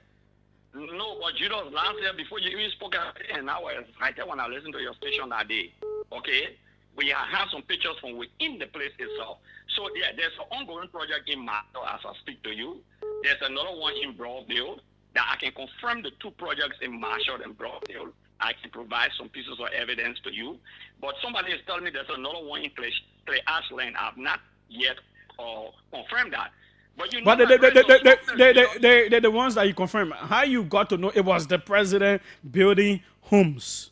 What if it is someone else? People building these days. You don't know, not people building. The same people say there was a place being constructed in Weah. People say, oh, that's somebody building. Marshall is not a hidden secret. In Garland says that there's an ongoing construction there. We know people in the system who are doing the work. Do you know this company on 19th Street called, I think, Motion? Yeah. That's the same company that is reportedly building that place in Weah. Yeah, do you know the relationship between that company and President Weah? You don't know. In fact, in that Mosin company on 19th Street is where President Weah son has his office, in a same company. Okay, so I know more because I know people in the security system. I know people, some of the people who are doing the work. I can even confirm to you that Thomas Father Company is supplying materials for that place in Foya. And the sand, the crush rag, he chucks are hauling in materials into that place. I can tell you that for sure. I'm not saying allegedly. You can say allegedly. I mean, I take responsibility for my statement on the station, but I can tell you, I can confirm to you, I can show you credible evidence of the error in Broadville. Okay? You know, there's a lady on Facebook who gets so disgruntled, she was involved with that. Also, she disgruntled President Boykai. Then there's another error in Marshall. These are policies we're discussing. Okay? In fact, I'm supposed to get the horse plan, so you can share your President Boykai horse plan on rehab. Okay? The advancement of that horse plan. I'm trying to get it from somebody, and I would definitely get it to you. Okay. Because like very small people are no, and the reason why you see we got that error in for you, I will tell you why. Because people are so annoyed about it, say, well, this is all the profit that is too early. They are accused the citizen-led administration, especially President Weah, of building what they call condominium. So it's too early for President Boykai to do that. Okay? So there's a big divide within the Unity Party in the hierarchical structure of those disagreements. Thanks. But I can tell you, Marshall and that of Broadville, presidential homes are being constructed as peaceful. Thanks so kindly. Those are allegations, and they are coming from you. Let's take this one. Welcome. Let's hear you. Yes, go ahead. Let's hear you. Thank you. My name is Prince S. Kotima, and I'm from Punafa FBA resident, currently at the Muhammad Gandhi Intellectual Center. Go ahead, Chief. Well, Julius, let me appreciate you ever so much for such a fascinating discussion that you bring to our national disco. You are one young journalist who always come with facts. Man, I'm getting old now. In the right direction. I'm getting old now. I'm getting old. Yeah, but notwithstanding, if it comes to the issue of the CDC, the fire incident at the former president's house, I think people need to be serious. The CDC needs to be very serious. The CDC is one political institution that is very much irresponsible. No. You not do that. Yeah, you need to. You can make your points without trying to. You can disagree with people. Mm-hmm. I take it back. Let me be stable. Let me be stable and emphatic. You see, CDC have opportunity that misuse the opportunity to plunge this country into abject destruction and anarchy. Today, this country, under the watch of Ambassador Boykai, is striving on the right direction. So the CDC is shaped up by that. So they try to do everything possible to paint a negative image of this government. But this government is on the right path. We are on the right trajectory. If they feel that the fire is at their Senator horse were politically motivated, I think they need to give the fire service and the national police chance to do their work. But for their continued refusal, I think it shows a different signal. It implies that there was some sinister motive behind the fire. Okay. Needs to know. Thank you ever so much, Julius, for having me. Thanks so kindly for your call as well. Let's see who's on this international line. I have to go to the next point. Welcome. Let's hear you. Good afternoon, Julius. Frank Gibson, I call from. I think we just take the calls because our next point two needs. There is a call coming in. Let me take Janga Ko, is the chairman of the CDC. They just interrupted you. I apparted chairman and Frank Gibson, so you can call back. But I think we'll just take the calls and we'll deal with the Chief Justice thing tomorrow because it needs a whole lot of time too. Yeah? Yeah, let's just take the calls until our guests can come. Welcome. Let's hear you. Yeah, Julius, I learned you were discussing our press release on the fire incident. You learned or you listened? No, I didn't listen. I was told that you were discussing. Yeah, I was told that you were discussing. So the way. Exactly. No, I heard that you were discussing the release and you probably were not understanding. You needed some clarifications. Is that what I'm calling? No, I didn't say I was not understanding. So you see the way you didn't listen now, I can't explain to you all of what I said. okay, so I mean, in summary, I mean, what they say that you don't understand about the release. No, I didn't say I don't. I understood the release and I analyzed it. Simple. Okay. Yeah. Oh, so maybe you do a misanalysis. Maybe you don't think so. But you said you didn't listen. So how you know that misanalysis I'm doing? That's why I was. You had an inquiry to make. No, I have absolutely no inquiry to make. Because I've been told that you are misrepresenting the release and saying there are contradictions. So I wanted for you to point out those contradictions. So I would rather do that for you because you were not listening. So maybe afterward you can listen to the show. Then perhaps tomorrow you can have your say. I'm the author of the release. No, but Mr. Chairman. Julius. Yeah. Julius, because you should, if you have, and then if you think you misunderstanding or you want to analyze, and you should call me because I'm the author of the release. You got my number. You know, so that's why I thought to call so that you. So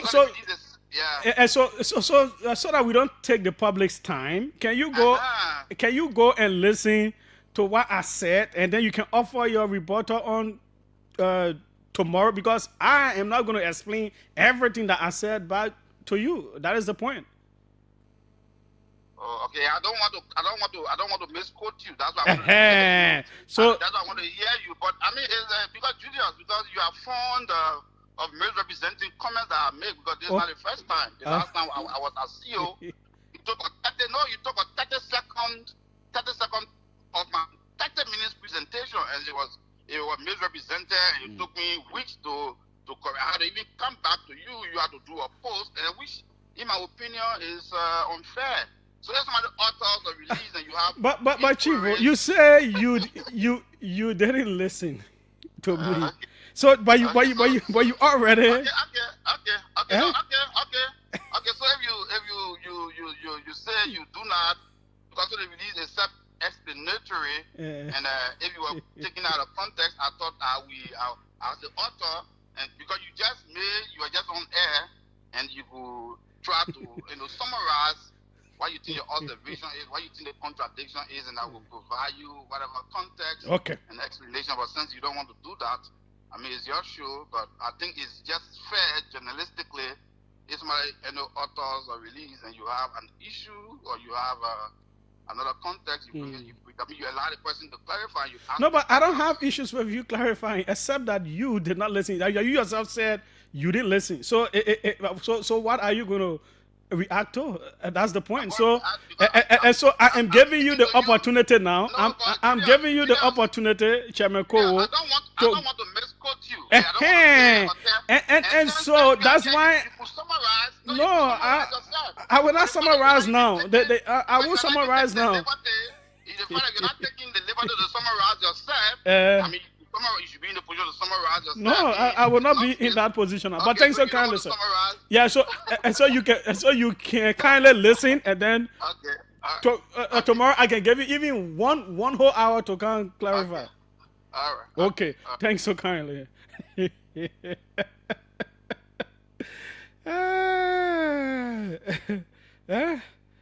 That's how we get to do. The man listening say he was not listening. So when you come to talk on, and what kind of explain all the things I've been talking to. No. When you listen to it, then tomorrow you can come. Yeah. Let's take this international one. Welcome. Let's hear you. What's your name? Where are you calling from? Yeah, this is William, bro. Go ahead. Thank you, Julius. This is William, bro, calling from France. Anyway, go ahead, William. You see the issue of that area. At least I saw the comment from the deputy minister and one other guy they call Mark or something. He can be on one of those radio stations talking about it is Mano River, all kind of thing. This government that love to show up in everything they are doing. They the one will have a collaborating project with the Mano River and they will not announce it. In fact, Waka will go there to break ground. You know what I don't like about the UP people that make me, I detest them totally is, they lie like the other Liberians don't have sense. They always in that kind of habit. They can craft lie to the extent like they usually think that other Liberians don't have any sense at all to comprehend or to detect their lies. It's unfair to the country. If you know that something is going on, tell the people the truth. But don't be lying to the people like that. They're making our politics in our country is getting contaminated with too much deception. You people need to stop these things. It's not good for our governance and for our democracy. We are planting lies in the younger generation that politics is about. Just lie to the people, govern, steal, kill, lie. It's unfair to the country. They should stop that. Okay. Thanks so kindly. William brought all the way there from France. Let's take more calls. This is the OK Conversation on OKFM 99.5. Welcome. Let's hear you. Thank you, Julius. How you doing? I'm fine. Go ahead. Okay, this we said I remember one getting old. Even your late child is born, getting old every year in. So myself getting old. Yeah, it's not your one. Your child is born getting old. I gotta say no because the man referred to me as one young journalist. So I was telling him that I'm getting old. Brother, people will always say this. You old now, you stay young. So to the point, let me say this, Julius. You know, I see people just beating around the bush. So let me go straight to the fire service or release. You know, the contradiction. Let me say this. The fire service have been, political. If you know why they contradicting it, they see that when they finish doing that, then it means that the investigation is over. It's contradictory. No, Julius, if I say a President Weah refused, according to them first, that they shouldn't enter, I think Weah had the right to even refuse those people, even the police director. You know the reason we can't trust the fire service and encourage President Weah not to even allow them to enter. You know the reason? It's just simple. The police director, you see the issue about capital benefit stop. Who the police director go for to come and do investigation? It's not a thing from America to come. If you not even the government, they not even trust their own institution to do investigation about capital benefit, getting on fire, Julius. Then you expect President Weah, that President Baka. So for me, that's not the point. It is the point that it is the point that the party issued a statement that said it was a premeditated attack on the life of former President Weah. Do you see any evidence in that statement that says it is premeditated? No, I don't really go into that statement. What I'm really dealing with and the reason that it is rejected not to do the investigation. Because if you notice, I didn't go too deep into whether they were rejected to investigate or not because the fire service itself said that their people concluded that the fire was as a result of electrical shock. So how do you conclude and then go back to investigate? And that was what I had issues with. So I also stated that.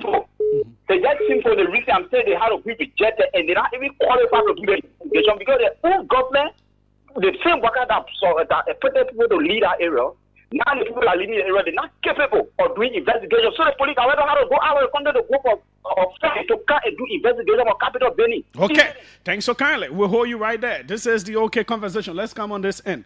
There's supposed to be a call here. Okay, it is not there. Suspended Gua says the VP got some good guys in his office. Solomon Weah is one of them in terms of writing. Yeah, Julius, you can really cash hard time in the party people hands. Me, I'm not able to do your journalist work. We used to. I'm used to that thing. I think that thing remove me. At least opposition people, we can't suffer in their hand too much. No, the government people. You talk anything on government, you report anything on government, man, I get job.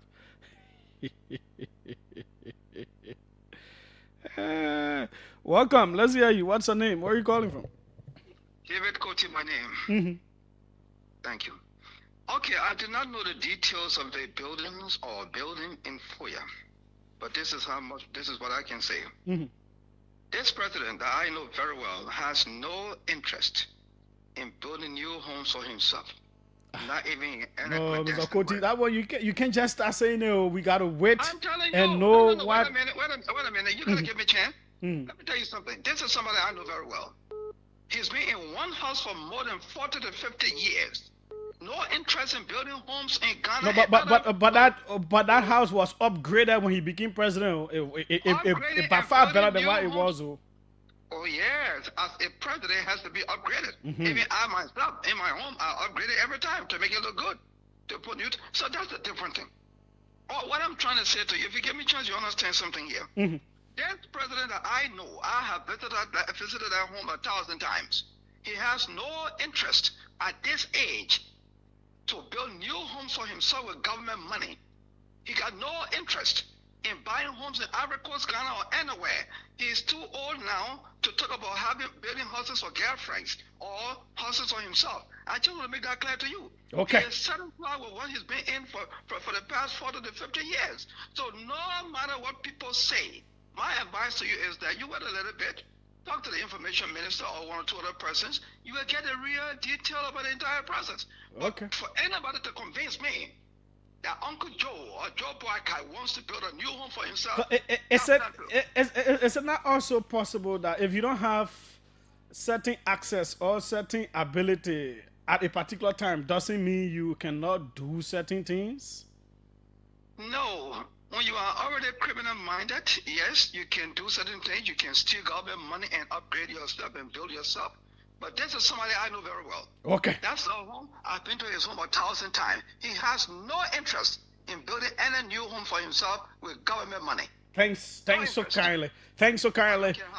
Okay, thanks so kindly, Mr. Koti. Well, no one has said so, that especially from our end, we've not said it is the president building. It is the fact that since last year we've been raising this thing, it is going up. The information coming out is scanty, is contradictory, and it is important for the government to speak to it. That's all. Let's see who's on this end. This is Kev Hassan, I believe. Kev, welcome. Yeah, Julius, how are you? I'm fine, go ahead. Let me say this. The deputy and spokesman for the government, Daniel Sanders, said it's MRU, the Mana River Union, that building it. You look on the website, nothing there. So how is this gentleman saying this president don't have any interest building home for himself? Who building that home?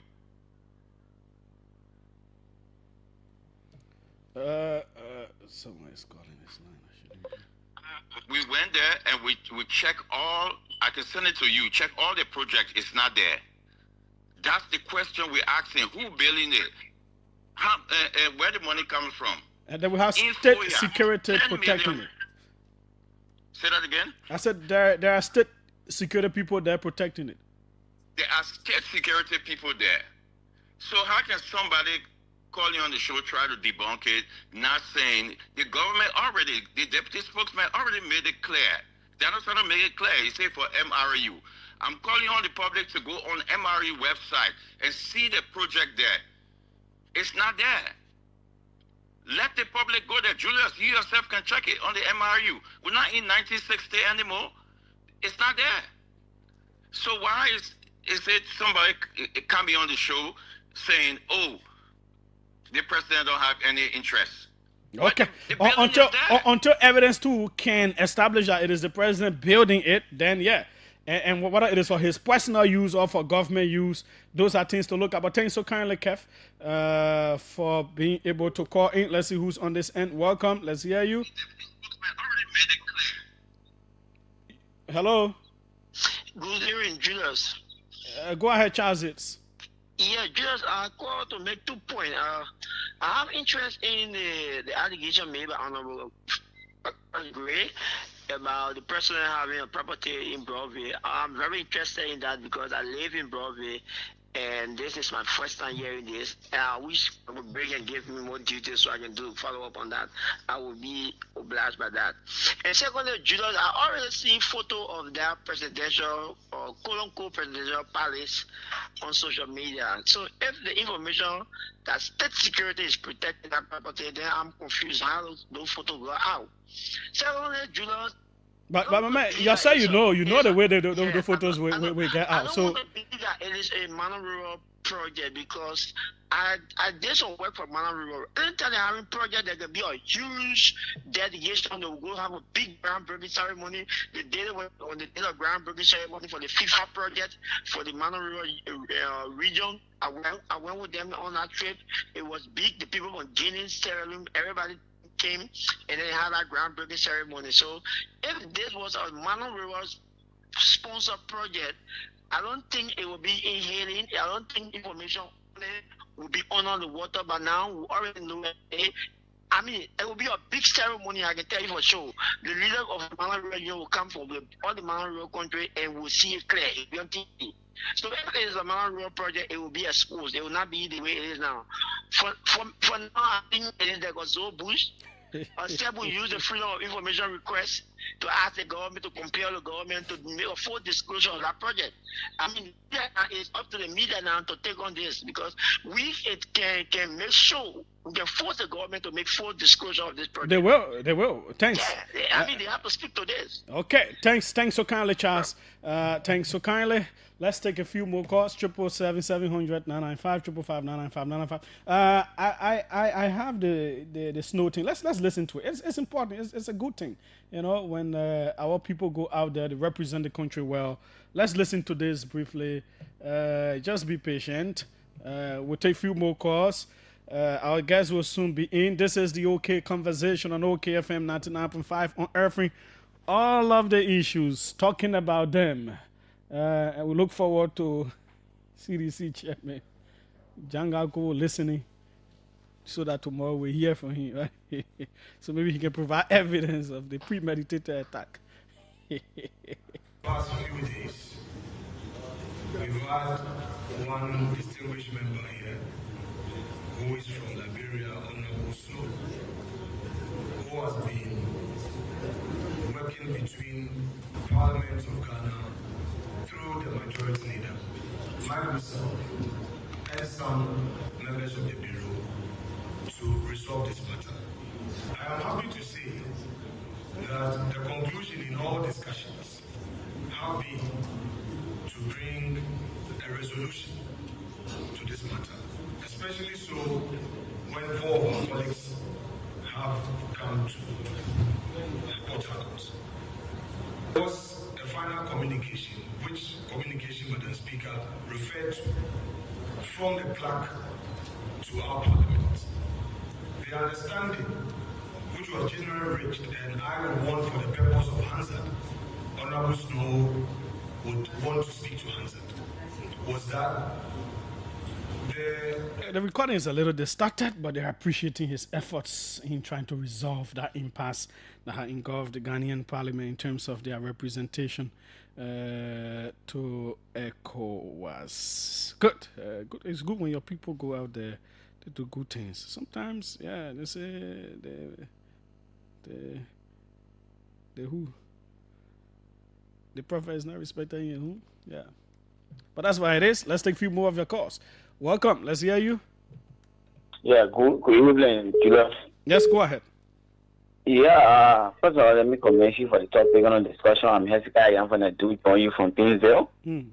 I have a few things to say to our Liberian people.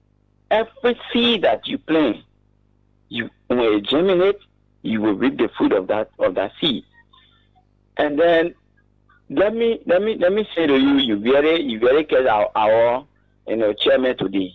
You should just quote yourself, and tell the man there are a few points for you to just stress. We're not talking much more. But no, that's not how journalism works. I am on a show. I did analysis. If he did not listen, and someone comes and says, "Oh, Judah does thing," then he has to listen to what I said. I will not take my time. I will not take all of the public's time to go back and explain everything. So let him go listen to the whole thing to have a fair appreciation of the different things I said. Then he can respond. That's simple. The contradiction you point out in the press release was just 1 or 2 points. No, so I think it was you're not talking. Okay, I will not help him. Let him help himself by listening. When he listens now, then we can get him a chance on tomorrow. Okay, and then my last point here is this. To those that are defending the presidential law, allegedly, it is not. We can confirm that it is a presidential law. Let me agree with you, allegedly, but these are things that people that thought that President Barack will never do. he's mad that he's listening to my own papi and the papi don't have time for those things. No. Who told you that? Why this place on a call for past 1 year now and state security money this place? Our country money is pouring there. Our country money is storing our country money there. Because after he be a child without go and take care of that place like the way this president do, spoil like people money in going to there. Okay. It's forest now. Thanks so kindly. This will be the final one as our guest comes in. He's here. We have a whole lot to talk about. How speeches to play portion of speeches. Welcome, former Deputy GSA man, Idris Bility. Welcome. Yeah, Julius. Thank you for the recognition, and thank you for having me on your show. Julius, it is a difficult task to lie. They say once you lie, you have to lie again. If someone discovers the lie, the initial lie, you have to present another lie to keep the person in doubt or in suspense. This is what happened in the case of our brother, the Honorable Minister this morning. But they had earlier lied about the project. You see, the fact that they took previous projects headed by former president to be something so difficult to do, they are finding it now extremely difficult to explain to the public that this is a president's personal project. We just want to tell them that these things are common. You are the president. You're working for salary. There are other people who work for salary. You're working for salary. People are brand people paying you. You can use your money anyhow you desire. Just how the other people use their money initially to do what they wanted to do. So you see how it looks? So I want to tell them that once you don't have the platform, you don't have to deceive people. Once you deceive people, you're being seen as a liar, as a betrayer, as somebody who does not mean well. So next time, even though it will not come again, when you have the opportunity, be real, be transparent. Because those people that were there before that build their houses, they build it from their salary just as you could, or you can, or you may be using your salary to pay your house for you. Well, we can answer the president's building house. Thanks, but thanks so kindly. I know the initial conversations when we brought this thing up last year was that. Okay.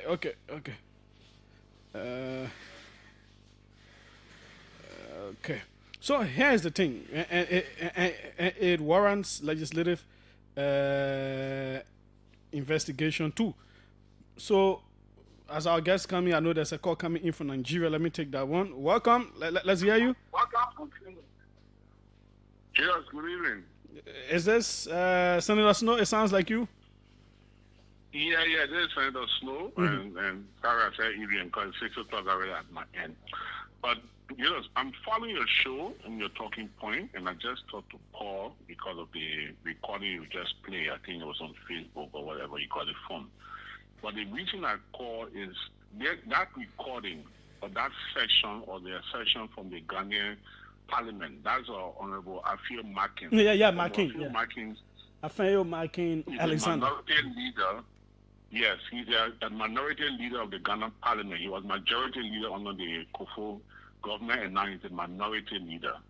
And that recording vindicates me because we had the same situation in Liberia when the majority black tried to replace our nominees at the ECOWAS Parliament.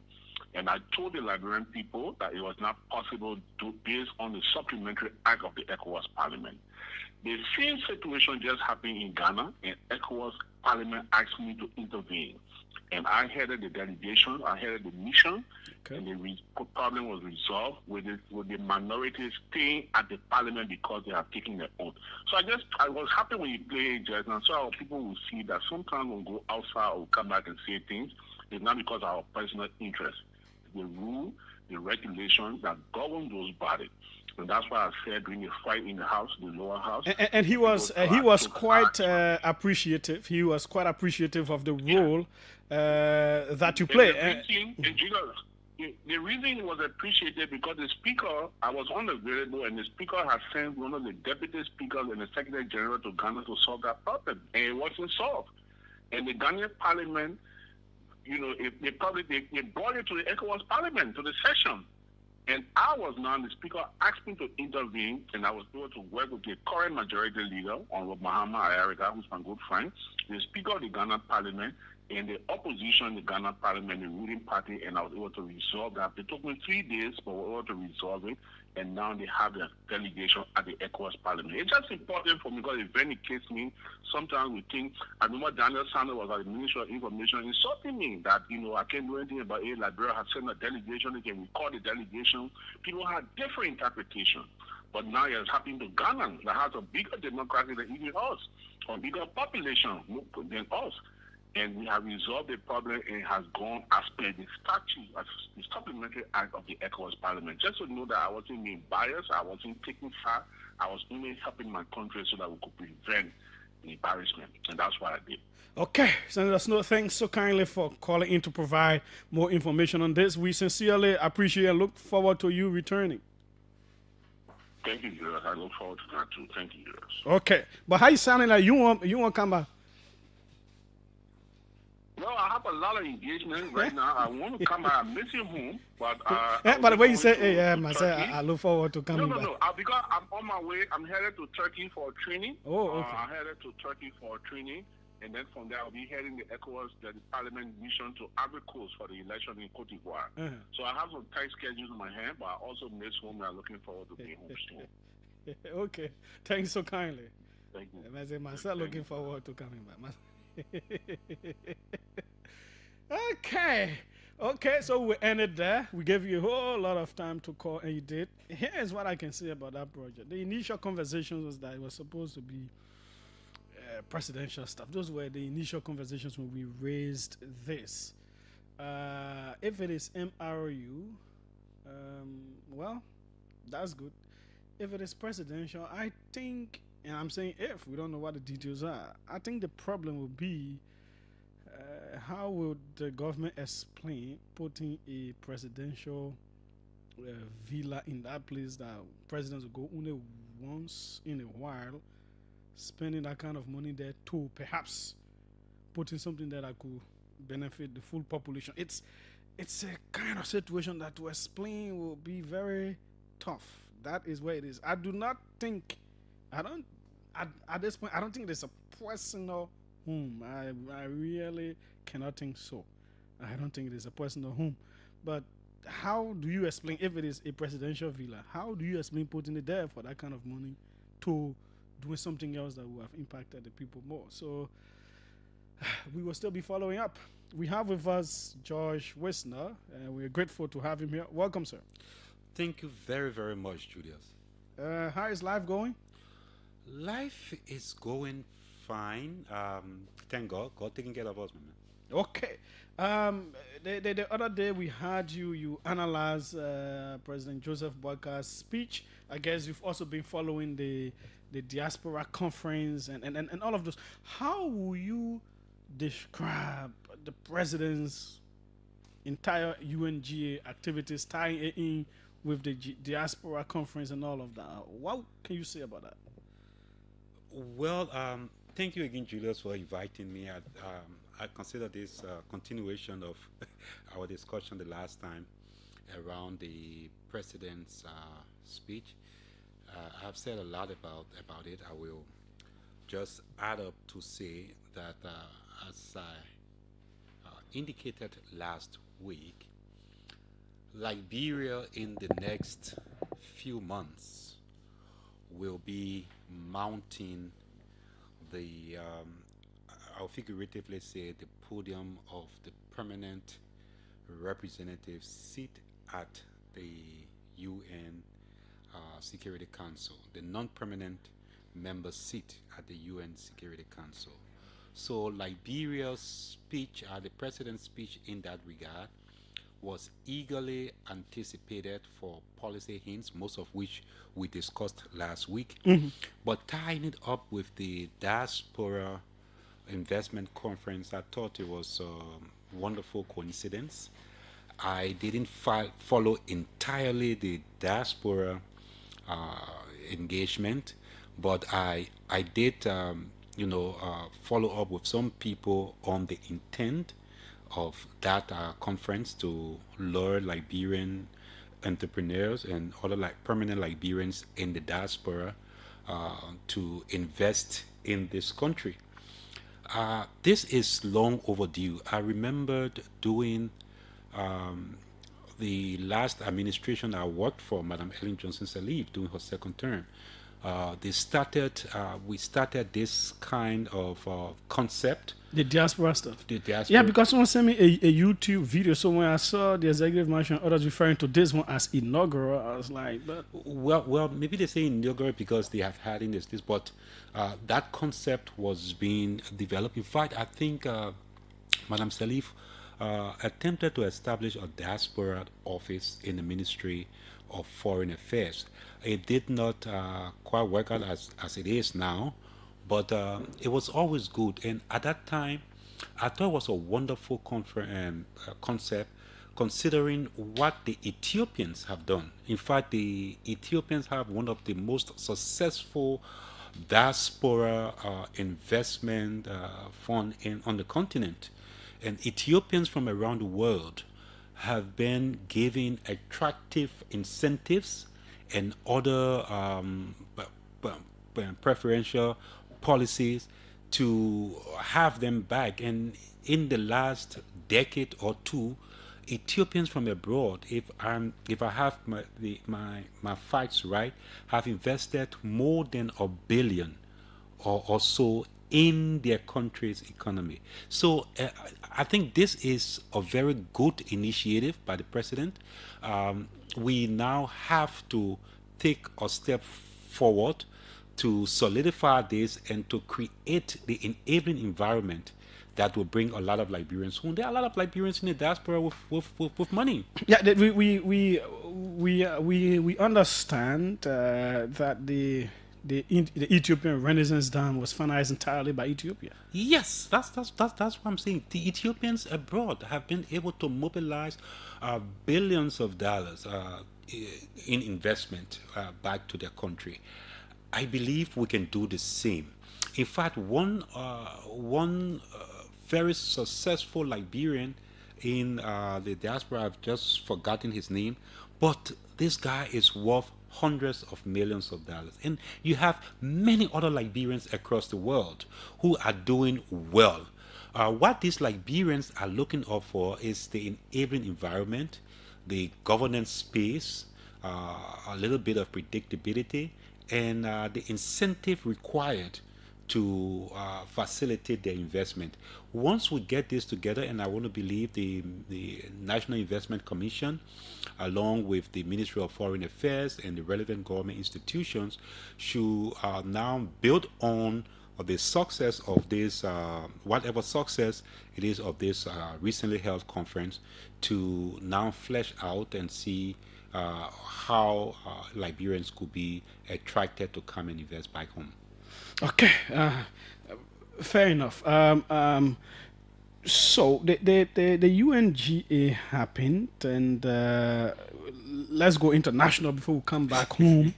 And there are some key themes that came out of there. Mm-hmm. Let's listen first of all to the Vice President of Nigeria. Mm-hmm. Let's listen to him. Then we will take the Ghanaian president and then the Kenyan president and get your analysis on the key themes therefrom. Okay. We must recalibrate the delicate balance between our roles as sovereign governments and our duties as collective partners to renew multilateralism in a world that has evolved far beyond what it was in 1945. The pace of change across borders is a pause without pause. It manifests in the tools of technology, in the movements of information and finance, in the corrosive ideologies that preach violence and division, in the gathering storm of the climate emergency, and in the tide of irregular migration. We must own this process of change. When we speak of nuclear disarmament, the proliferation of small weapons, Security Council reform, fair access to trade and finance, and the conflicts and human suffering across the world, we must recognize the truth. These are stains on our collective humanity. For all our careful diplomatic language, the slow pace of progress on these hardy perennials of the UN General Assembly debate has led some to look away from the multilateral model. Some years ago, I noticed a shift at this gathering. Key events were beginning to take place outside this hall, and the most sought-after voices were no longer heads of state. These are indeed troubling times. Nigeria remains firmly convinced of the merits of multilateralism. But to sustain that conviction, we must show that existing structures are not set in stone. We must make real change, change that works, and change that is seen to work. If we fail, the direction of travel is already predictable. We are here to strengthen the prospects for peace, development, and human rights. Madam President, I want to make 4 points today to outline how we can do this. 1, Nigeria must have a permanent seat at the UN Security Council. This should take place. This should take place as part of a wider process of institutional reform. 2, we need urgent action to promote sovereign debt relief and access to trade and financing. 3, countries that host minerals must benefit from those minerals. And 4th, the digital divide must close. As our friend the Secretary General has said, AI must stand for Africa included. Okay, let's hear a bit from the Ghanaian president. Madam President, Mr. Secretary General, Excellencies, ladies and gentlemen. At this 80th session of the United Nations General Assembly, I'd like to speak about Africa's role in the future of this organization. However, it's impossible to do that without first considering the collective role that Africa played in its founding, which was small and relatively insignificant. Of the 51 member states involved in the founding of the United Nations in 1945, only 4 were African: Egypt, Ethiopia, Liberia, and South Africa. It is important to point out that the United Nations came into being in the aftermath of World War II because of the inability of its predecessor, the League of Nations, to avert a large-scale global conflict, which had been its guiding purpose when it was founded in 1920 at the end of the First World War.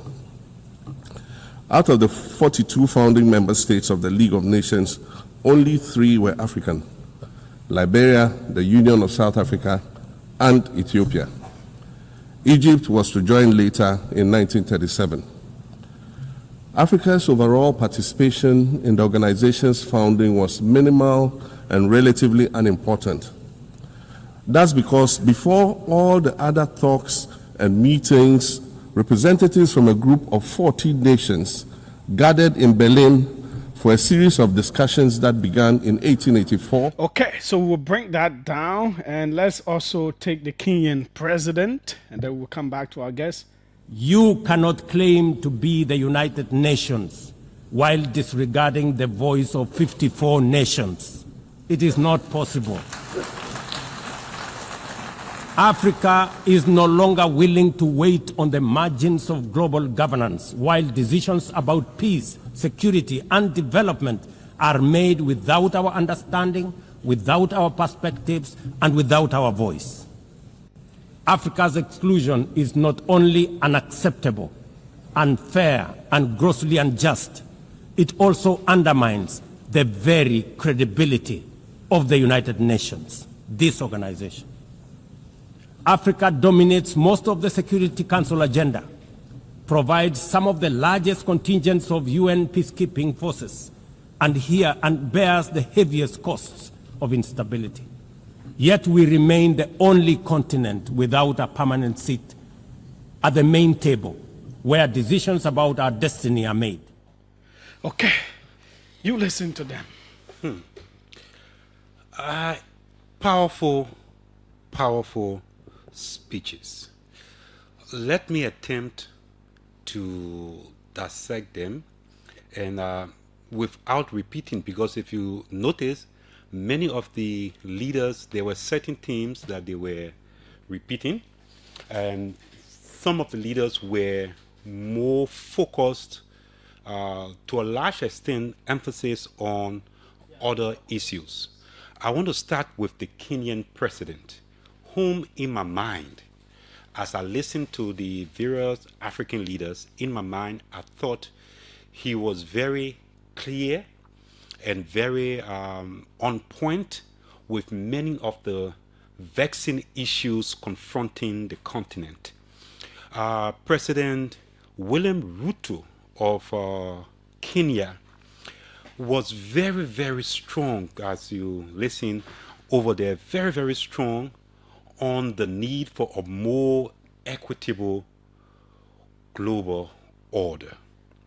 That order that reflects the role of the growing geopolitical importance of the African continent and addresses the historical marginalization of Africa.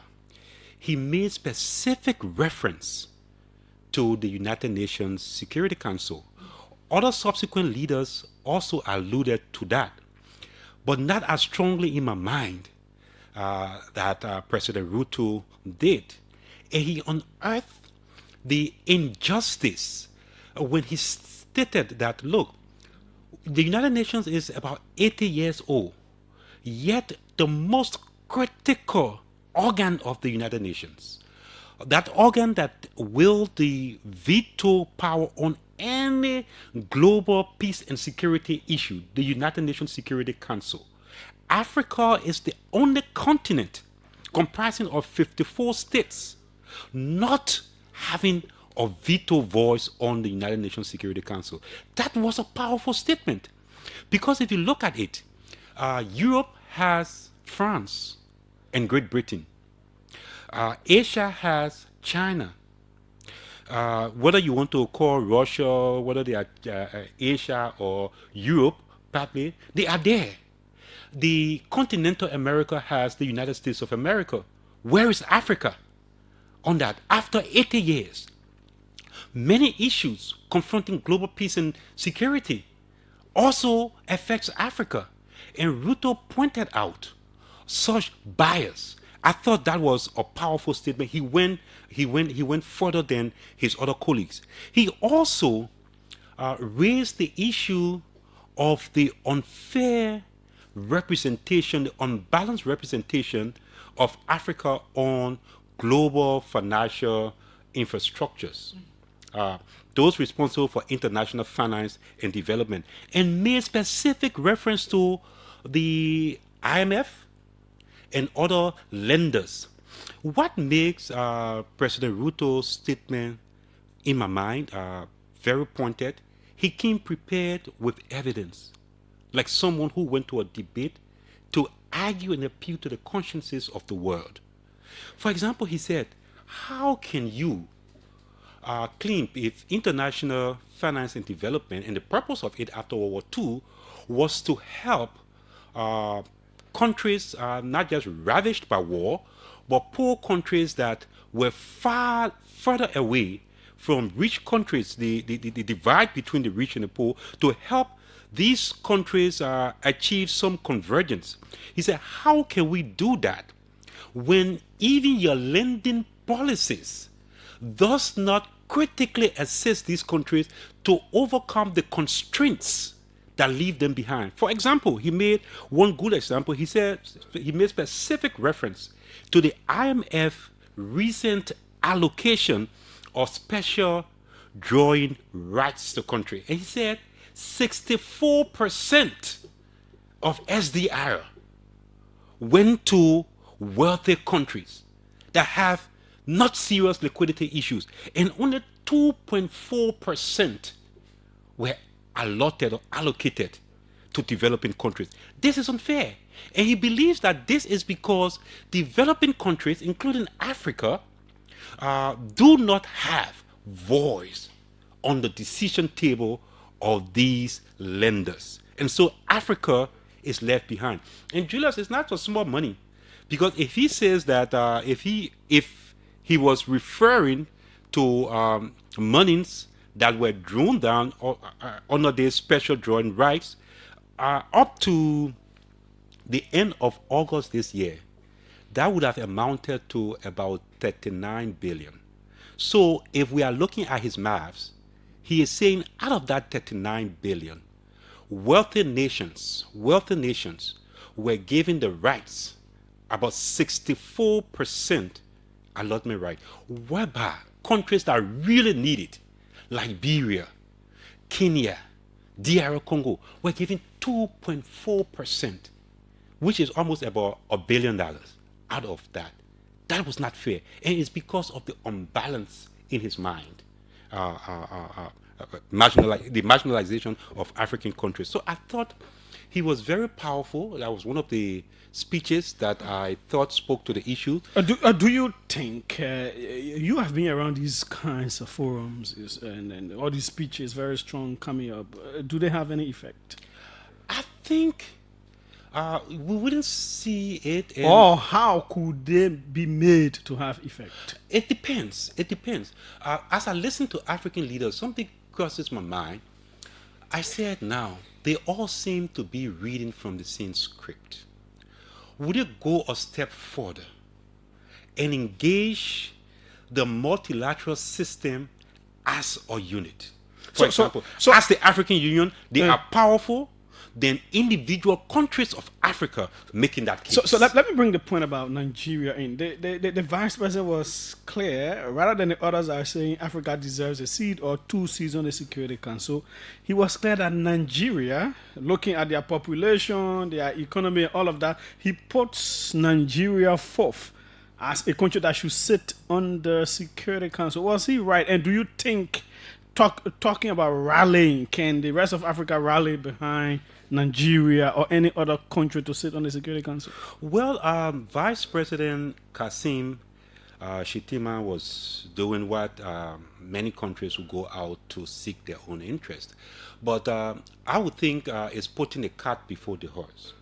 I think first Africa collectively should insist and seek for the reform of the United Nations Security Council and seek for a commitment, an agreement to grant Africa, like in the case of Ruto, he said 2 seats on the Security Council.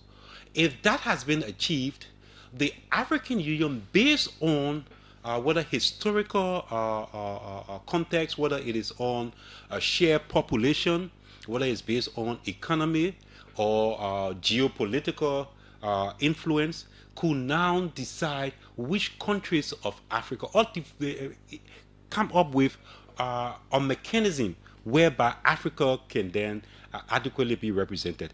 I wouldn't want to go into his rightness of because I thought it was a little bit self-seeking and is putting the cart before the horse.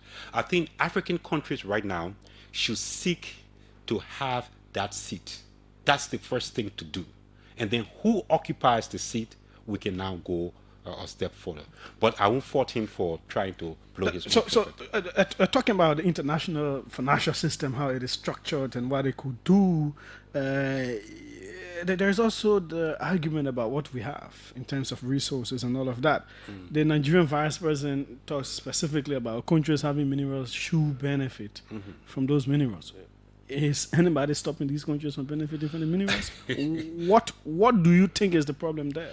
That's an excellent question. You know, about a month or 2 ago, I had the distinguished honor of presenting a paper at the ECOWAS Parliament convening in Monrovia. And at that parliament, they were dealing with issues of investment flow in West Africa and what was stopping us from all of these things.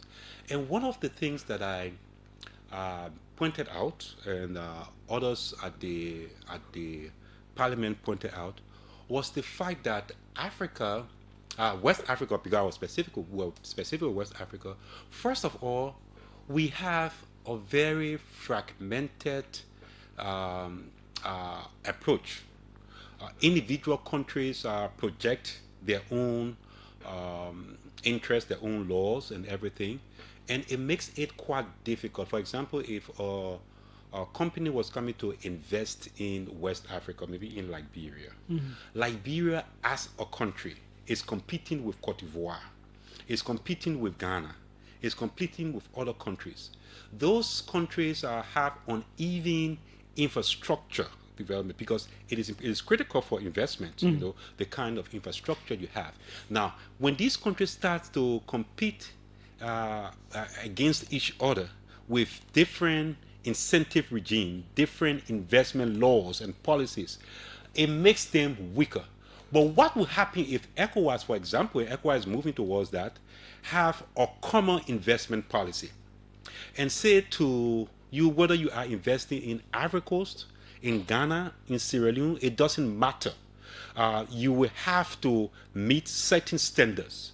These are the policies, you know, of all of this. If that is done, you have a united front, and you'll find out that countries will be obliged. But as it is, Julius, it is survival of the fittest. With African countries fragmented, they will always be dominated because, you see, while Africa has its rich, abundant mineral resources, to transform these mineral resources into finished product, to add value, you need the required infrastructure. For example, the length of time it takes to transport goods and services across West Africa is so cumbersome. If you were to use the same time frame, say for example, to transport goods and services across Europe, because it is well connected. The electricity required. Liberia, for example, I hear people talking, we have iron ore, why can't we produce car here? We have rubber, why can't we produce tires? It's easy and it's fine to say all of these things. The question that I ask is, do you have the energy consumption capacity to do that? For example, just to beneficiate iron ore, when I was at NIC, a feasibility study was done by China Union. There was a Chinese company that was hoping to set up a steel plant. And when I went to China and had a meeting with the guys, I said, look, Liberia offers an attractive option. One, we have iron ore in plenty. Number two, you have Chinese companies, China Union, extracting iron ore. Instead of bringing it to Beijing, you could just be closer to the source. The next question the guy asked me, it takes a lot of energy to produce steel. What is your electricity output? What is the electricity output? And at that time, Liberia was not even having an output of 100 megawatts. Now, here is a guy who needed about 75 megawatts or so just for a single plant. Wow. That's the entire country's consumption. So you have to fix these things. And this is the reason why I come back again to the Kenyan president and I say he was more pragmatic in it. Because in order to close that convergence gap and to make these third world countries, African countries, more prosperous, more in the position to deal with the issue of unemployment and poverty, Africa must be able to attract quality investment, and to do that, they need the required infrastructure. Now, to have the required infrastructure, they also need a little bit of international finance. Europe didn't just become what it is. After World War II, there was something called the Marshall Plan, where America pulled billions of dollars at cheap rate to Europe to rebuild her infrastructure. It's based on that infrastructure that Europe could build her industrial complex. But when you come to Liberia, for example, we need probably, when Mr. Judy Moore was at Popular Works at the time, he was saying that Liberia would need, just for our road infrastructure around the country to connect everything, he said we needed somewhere around $2 billion. More than that. Or more than that. Just to connect the if you borrow Liberia 50 million, that's a drop in the basket. What do you think we're going to do with that? So he was saying, the Kenyan president at the UN was saying, let's revisit these lending institutions. Who are the ones making the decision? Because if Africa has a greater voice, we feel the pinch, and we can be able to advocate even more. Yeah. You were talking about intra collaborations. That's within the continent, in the areas of investment and all these things too. You don't think it is important to look within as well, countries trading among themselves, investors from different regions and different countries investing within Africa too? Yeah, that's what I think that is good. That's why the African Common Trade Zone that they are trying to establish wants to go towards. That what ECOWAS trade zone wants to do, encourage. It would be good to encourage, intra investment. That's the way to go. But even with intra investment, I mean, business is business, Julius. Whether it is investment from Europe, from Nigeria, the goal of every business is profit. Okay, so let me bring you back to the minerals thing, because you were at the NIC and you have a whole lot of information on how these things work. Why that countries are not benefiting more from their resources, which the Nigerian vice president spoke about. What is the problem? What are some of the problems surrounding those things? Is it the kind of deals that we enter into? Should there be some different approaches to how we do these deals now and all of that, so that there is more benefit? Yes, I think the quality of negotiation and the negotiators around the table dealing with different sets of circumstances can be one of the problems. I think the state of development of individual countries and their need could be another of the problem. The required expertise needed could be another of the problem. And the fragmentation, again, of these states trying to do it alone could be another problem. I gave Liberia as an example. With ArcelorMittal as a case in point. ArcelorMittal as a case in point. In 2005, when ArcelorMittal came to Liberia and negotiated, it was at the time Liberia was just emerging from a factory-started civil war. Liberia's infrastructure was still at its weakest. In fact, the public sector was almost non-existent.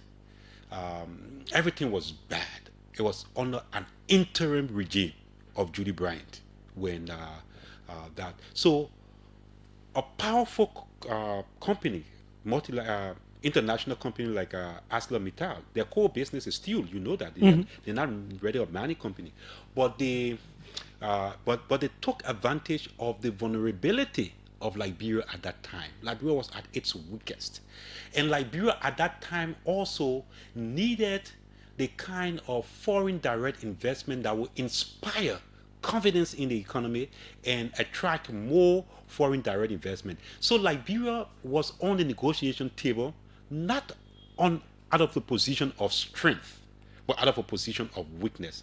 And the deal that emerged was a very weak deal that was tilted more in the favor of the investor than the country. But one could understand the context in which that agreement was negotiated. Fast forward, when Madame Salif came in after democratic rule was installed, reinstalled, and she became president, she sought to renegotiate. But the problem of these negotiations, and I was at NIC, sometimes these clauses are locked in to such an extent that you can only negotiate as far as you could. For example, you will see that most of the negotiations, you cannot you cannot have profound changes. In other words, like almost renegotiating. But there are some provisions that can be revisited after some agreement, 5 years or so they have duration. But that was the case of ArcelorMittal. Now, fast forward, if you were to negotiate that same deal, Liberia is right now at a far more better position stronger position than she was in 2005, 20 years ago. So the terms will be different. Again, the question is, even those that you are sending to negotiate, what is their own capacity as well? And of course, corruption all being part of the deal. So these are some of the complexities surrounding some of these, and some of these transnational corporations are so powerful. You see their annual turnover, Julius, is almost Liberia's GDP 4 or 5 times. They are very powerful. They are dominant. They have the resources. And now if you have a bunch of greedy people around the table, hungry people around the table, it's not easy. It's not a difficult thing for them to be influenced. So corruption is part of the deal. But more than that, sometimes these powerful corporations take advantage of the vulnerability of smaller states. Some of these are coming up for renegotiations and newer contracts and all that. Do you think we stand in a better position? Do we need to apply different models of negotiation so that we benefit more? I certainly think we do. For example, in the past, we gave up a lot of incentives in order to attract investors.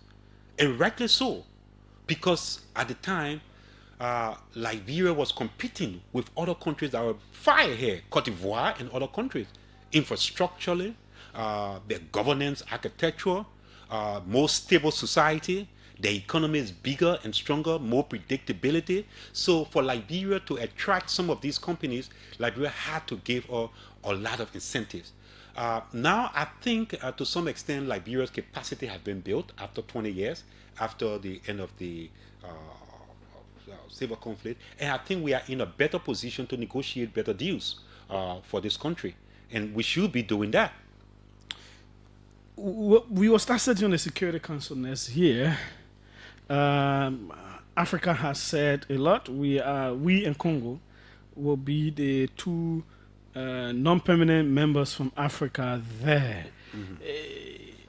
Is that an exalted platform enough to carry the weight and voices of Africa to put forth the kinds of concerns that are coming forth? What do we need to do to be able to do that? That's a very interesting question.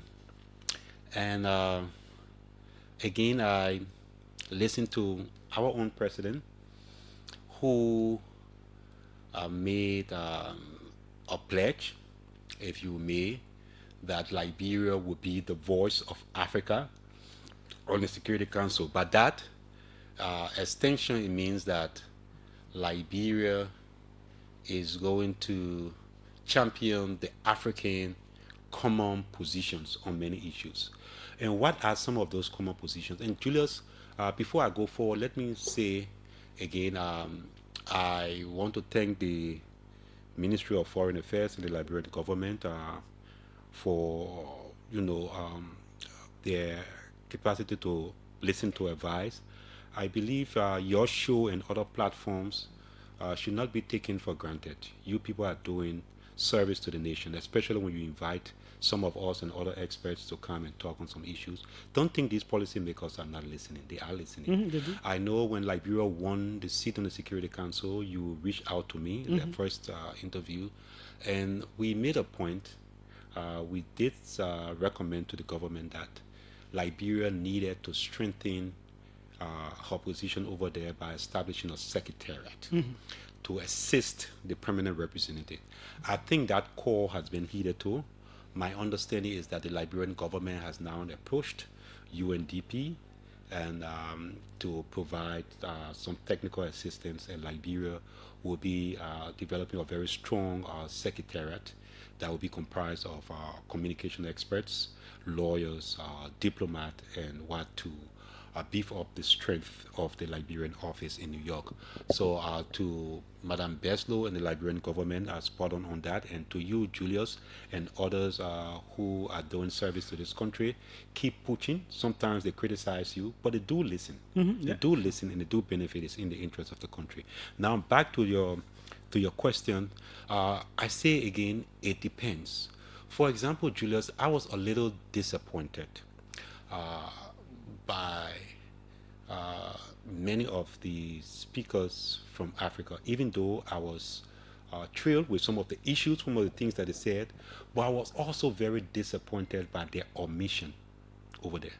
For example, you talk about Vice President Kisam from Nigeria, very strong, and pointed out a lot of issues of global concerns, global conflict. So too was Namibian President Netumbo. Netumbo was very strong on it as well. Many of them.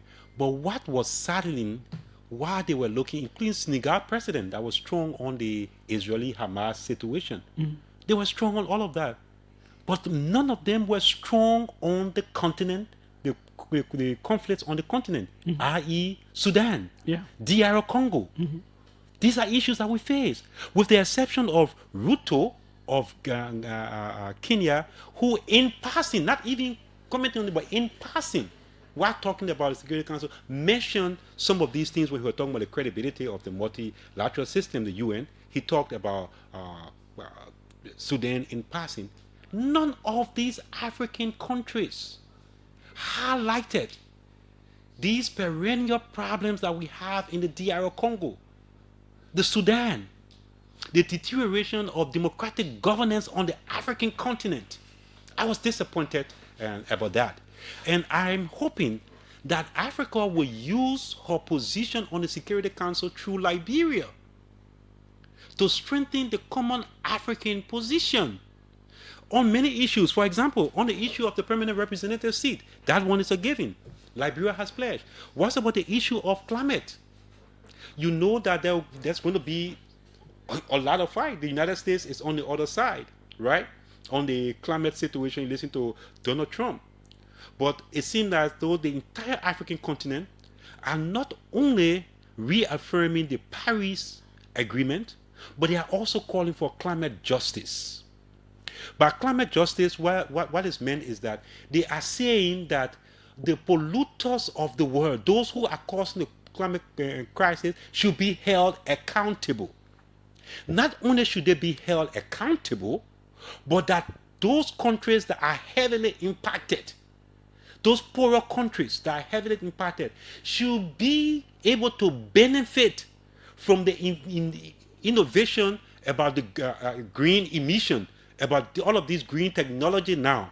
And more than that, vulnerable communities should actually be supported, empowered to be able to adapt to these.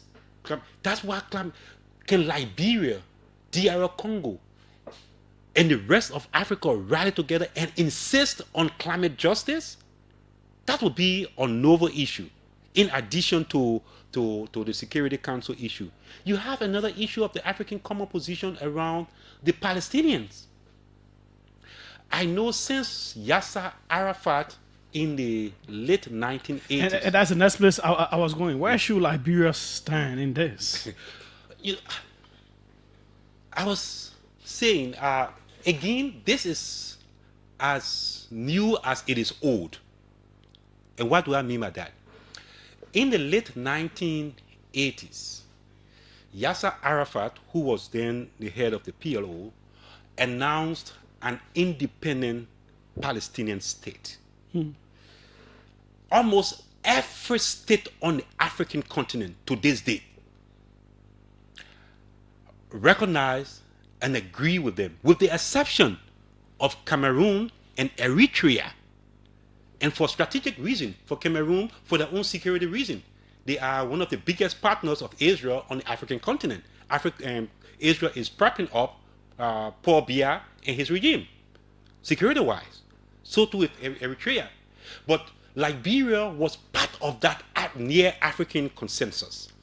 Fast forward, it has come to light because now of the humanitarian crisis or challenges that is confronting the Hamas-Israeli conflict. And now it would seem as though African countries are coming together again. Liberia's best role over there would be to ensure that as Africa now is again reaffirming a common position, Liberia will align with Africa's common position on the Palestinian issues. And it seemed to me that it is a common position on the African continent that Africa endorses a two-state solution to the crisis, to the Middle East crisis. Given that the U.S. under Trump doesn't seem to be in favor of that, is it not a risk for Liberia too? Well, when I sat in when I spoke to you the last time, I said that the Security Council seat is more of a blessing as it is a curse, depending on how you balance it. Liberia is going to find herself in some tough spots. This is why it is important to have a very pragmatic strategy. This is why it is important to have a strong team. The president of the country is the chief foreign policy expositor of Liberia, but that doesn't neglect the mere fact that the president has spoken on the global stage and had pledged to champion the African common cause. This is going to be an issue plus other issues, and in some cases it's going to clash with some powerful nations. In other countries it's going to clash with the African interest. In some cases it's going to clash with Liberia's interest. Julius, it's difficult for me to advise the Liberian government on this microphone what should be the clear strategy, but you can do that one in-house, in-house. But clearly speaking, I would think that Liberia started off right, as the president said. Liberia will be the voice of Africa, and Liberia should accentuate that so that Liberia is seen as a country that will be championing the common African position. At the same time, the president has said Liberia will pursue her own interest. That should be it, so we should balance it. And on some global issues, Liberia should be very pragmatic. His name is Josh Wisner, taking some time out here to provide us some of his expertise. 777-700-995, 555-995. Someone is informing me that Somalia is also there. So that would be 3 countries in the non-permanent seat of the Security Council. Okay, yeah. So, welcome. Let's hear you. Yes, Julius. This is Alex Kendiman. Who? And I'm calling Alex and Kendiman. Okay, and I'm calling from 20th Street to be precise. Well, I just want to tell Westmore thanks for the education, and thank you also in studio. But I want to make something clear. People need to understand who Liberia is, or who used to be in the past. Liberia stood by 15 different African countries to gain their independence. It was based on the fact that all African countries saw the need of putting Liberia to where we are today. So they believe in us that we can deliver for them. So Liberia owes this continent a lot. We are not going to disappoint our people at the detriment of our own selves. So our country should put this country and this continent first and forget about other people's interests, which is the West. Okay. Thanks. Thanks so kindly as well. Let's see who's here. Welcome. Okay, 777-700-995, 555-995-995. Welcome. Let's hear you. Good evening. Yes, go ahead. My name is Lamo, and it's always a pleasure listening to Josh talking about these international issues today and then our own engagement. Coming back to, you struck a lot of points as it relates to the common African position. You know, for the last 10 years now, we are left with 5 more years. You know, Africa as a continent had a common position, what we call the CAP. And in that CAP, there are a lot of things that were articulated that also, step into the UN Developmental Agenda called the SDGs and the SDGs of the UN Development Agenda. And Liberia at the time played a very critical role when Madam Sally was the chair of the African Union High Level Committee of post 2015. So Liberia's current position now is just a clear manifestation in how well we articulate and we push things that at the time we champion for is very, very important. So again, let me commend him, and then we look forward to implementation of some of these issues really as a country. Okay. Thank you. Thanks so kindly as well. Marcus Zawi, the negotiation team, its capacity and information asymmetry have been Liberia's problem in extractive concessions. Information asymmetry refers to a situation where one party, typically the company, has more or better information about the value and risks of the mineral, oil, or gas resources than the other party, the host government. This imbalance often leads to unfair outcomes and poor resource management for the country. Let's see who's right here. Welcome. Let's hear you. Yeah, Julius. Thank you so much. This is Brown starting from Johnsonville. And let me thank Mr. Wilson. He did right analysis. But my issue is that when he laid there had skepticism about Nigerian vice president and even putting himself forward for the permanent seat. You know, Julius, when you're in the theater and you're plenty, if no one person step onto the plate, the ambition will be weak. Even though African being talking about voting right on the Security Council, but they will be looking at each other about who will go there. So Nigeria, you know, he took all the fear from the people and said, we can make it. You see, then the issue of that two-state solution, that we're going to be very careful. You know that even the withdrawal of the American support with the USA, and you know Trump is on a catching spree. So we have to be very mindful how we do it. And I think George said it right when he said to advise the government, you got to do it behind the scene. Those things, you don't bring them into public. Thank you so much. Okay. Thanks so kindly as well for your call. Let's see who's right here. Welcome. Let's hear you. Yeah. Good afternoon. Yes, go ahead. Yeah. I'm calling from Westport. Mm-hmm. Oh. My attention to call this. So let's just our leaders, they are the problem. Even going to that permanent seat, we have to be very much critical because all African leaders will be looking at us to how stand with top for Africa. So that makes. Hello. Let someone knock you off. Welcome. Let's hear you. Second to last caller. Good evening, Julius. Yes, go ahead. Yeah, thank you. My name is S. Mator, and I call you from my Johnsonville home. Mm-hmm. Yeah, Julius, I listened to your conversation and your guest.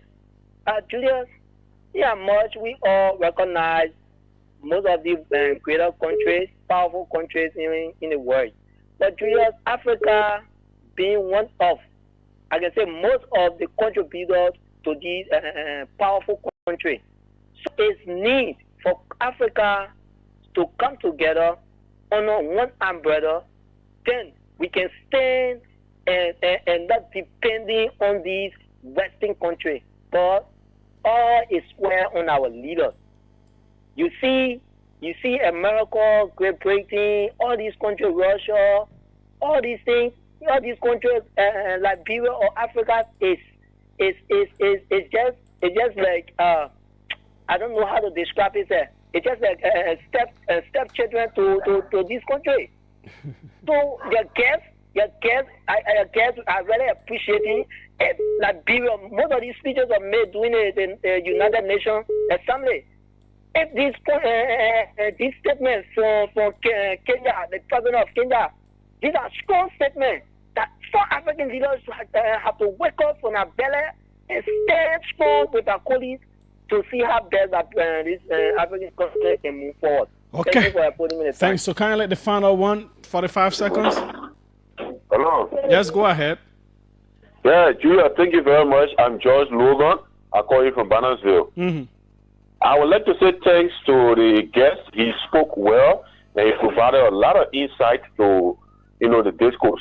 In addition to what he has explained, I've had a thought that in order for Africa to move forward, we need to establish some value system. Like President Ruto said, we should start thinking about having single currency, establishing a continental bank.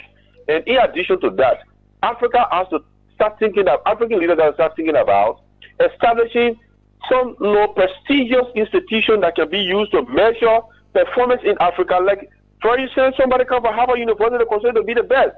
You come from Oxford considered to be the best. Let's try to think about establishing something like the Pan-African University, where African, tradition and culture will be taught, and where people will graduate from will be accepted as the best on our continent and start, depending on the Western nation. Thank you very much. Okay, thanks so kindly as well. We come back to you, sir.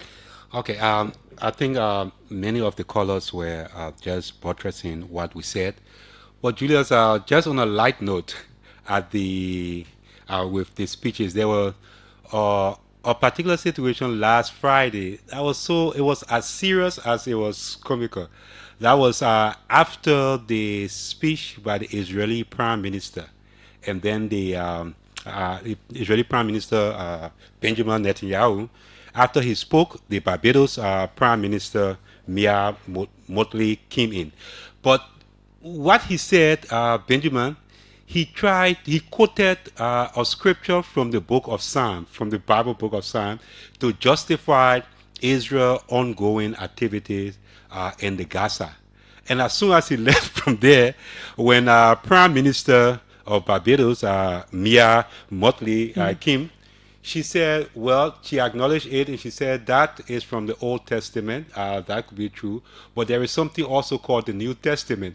And she went to the book of Romans to also quote from Romans that what Israel was doing was wrong. And I thought it was a very interesting part during last Friday. But I say this to say that, in these global affairs, it takes courage.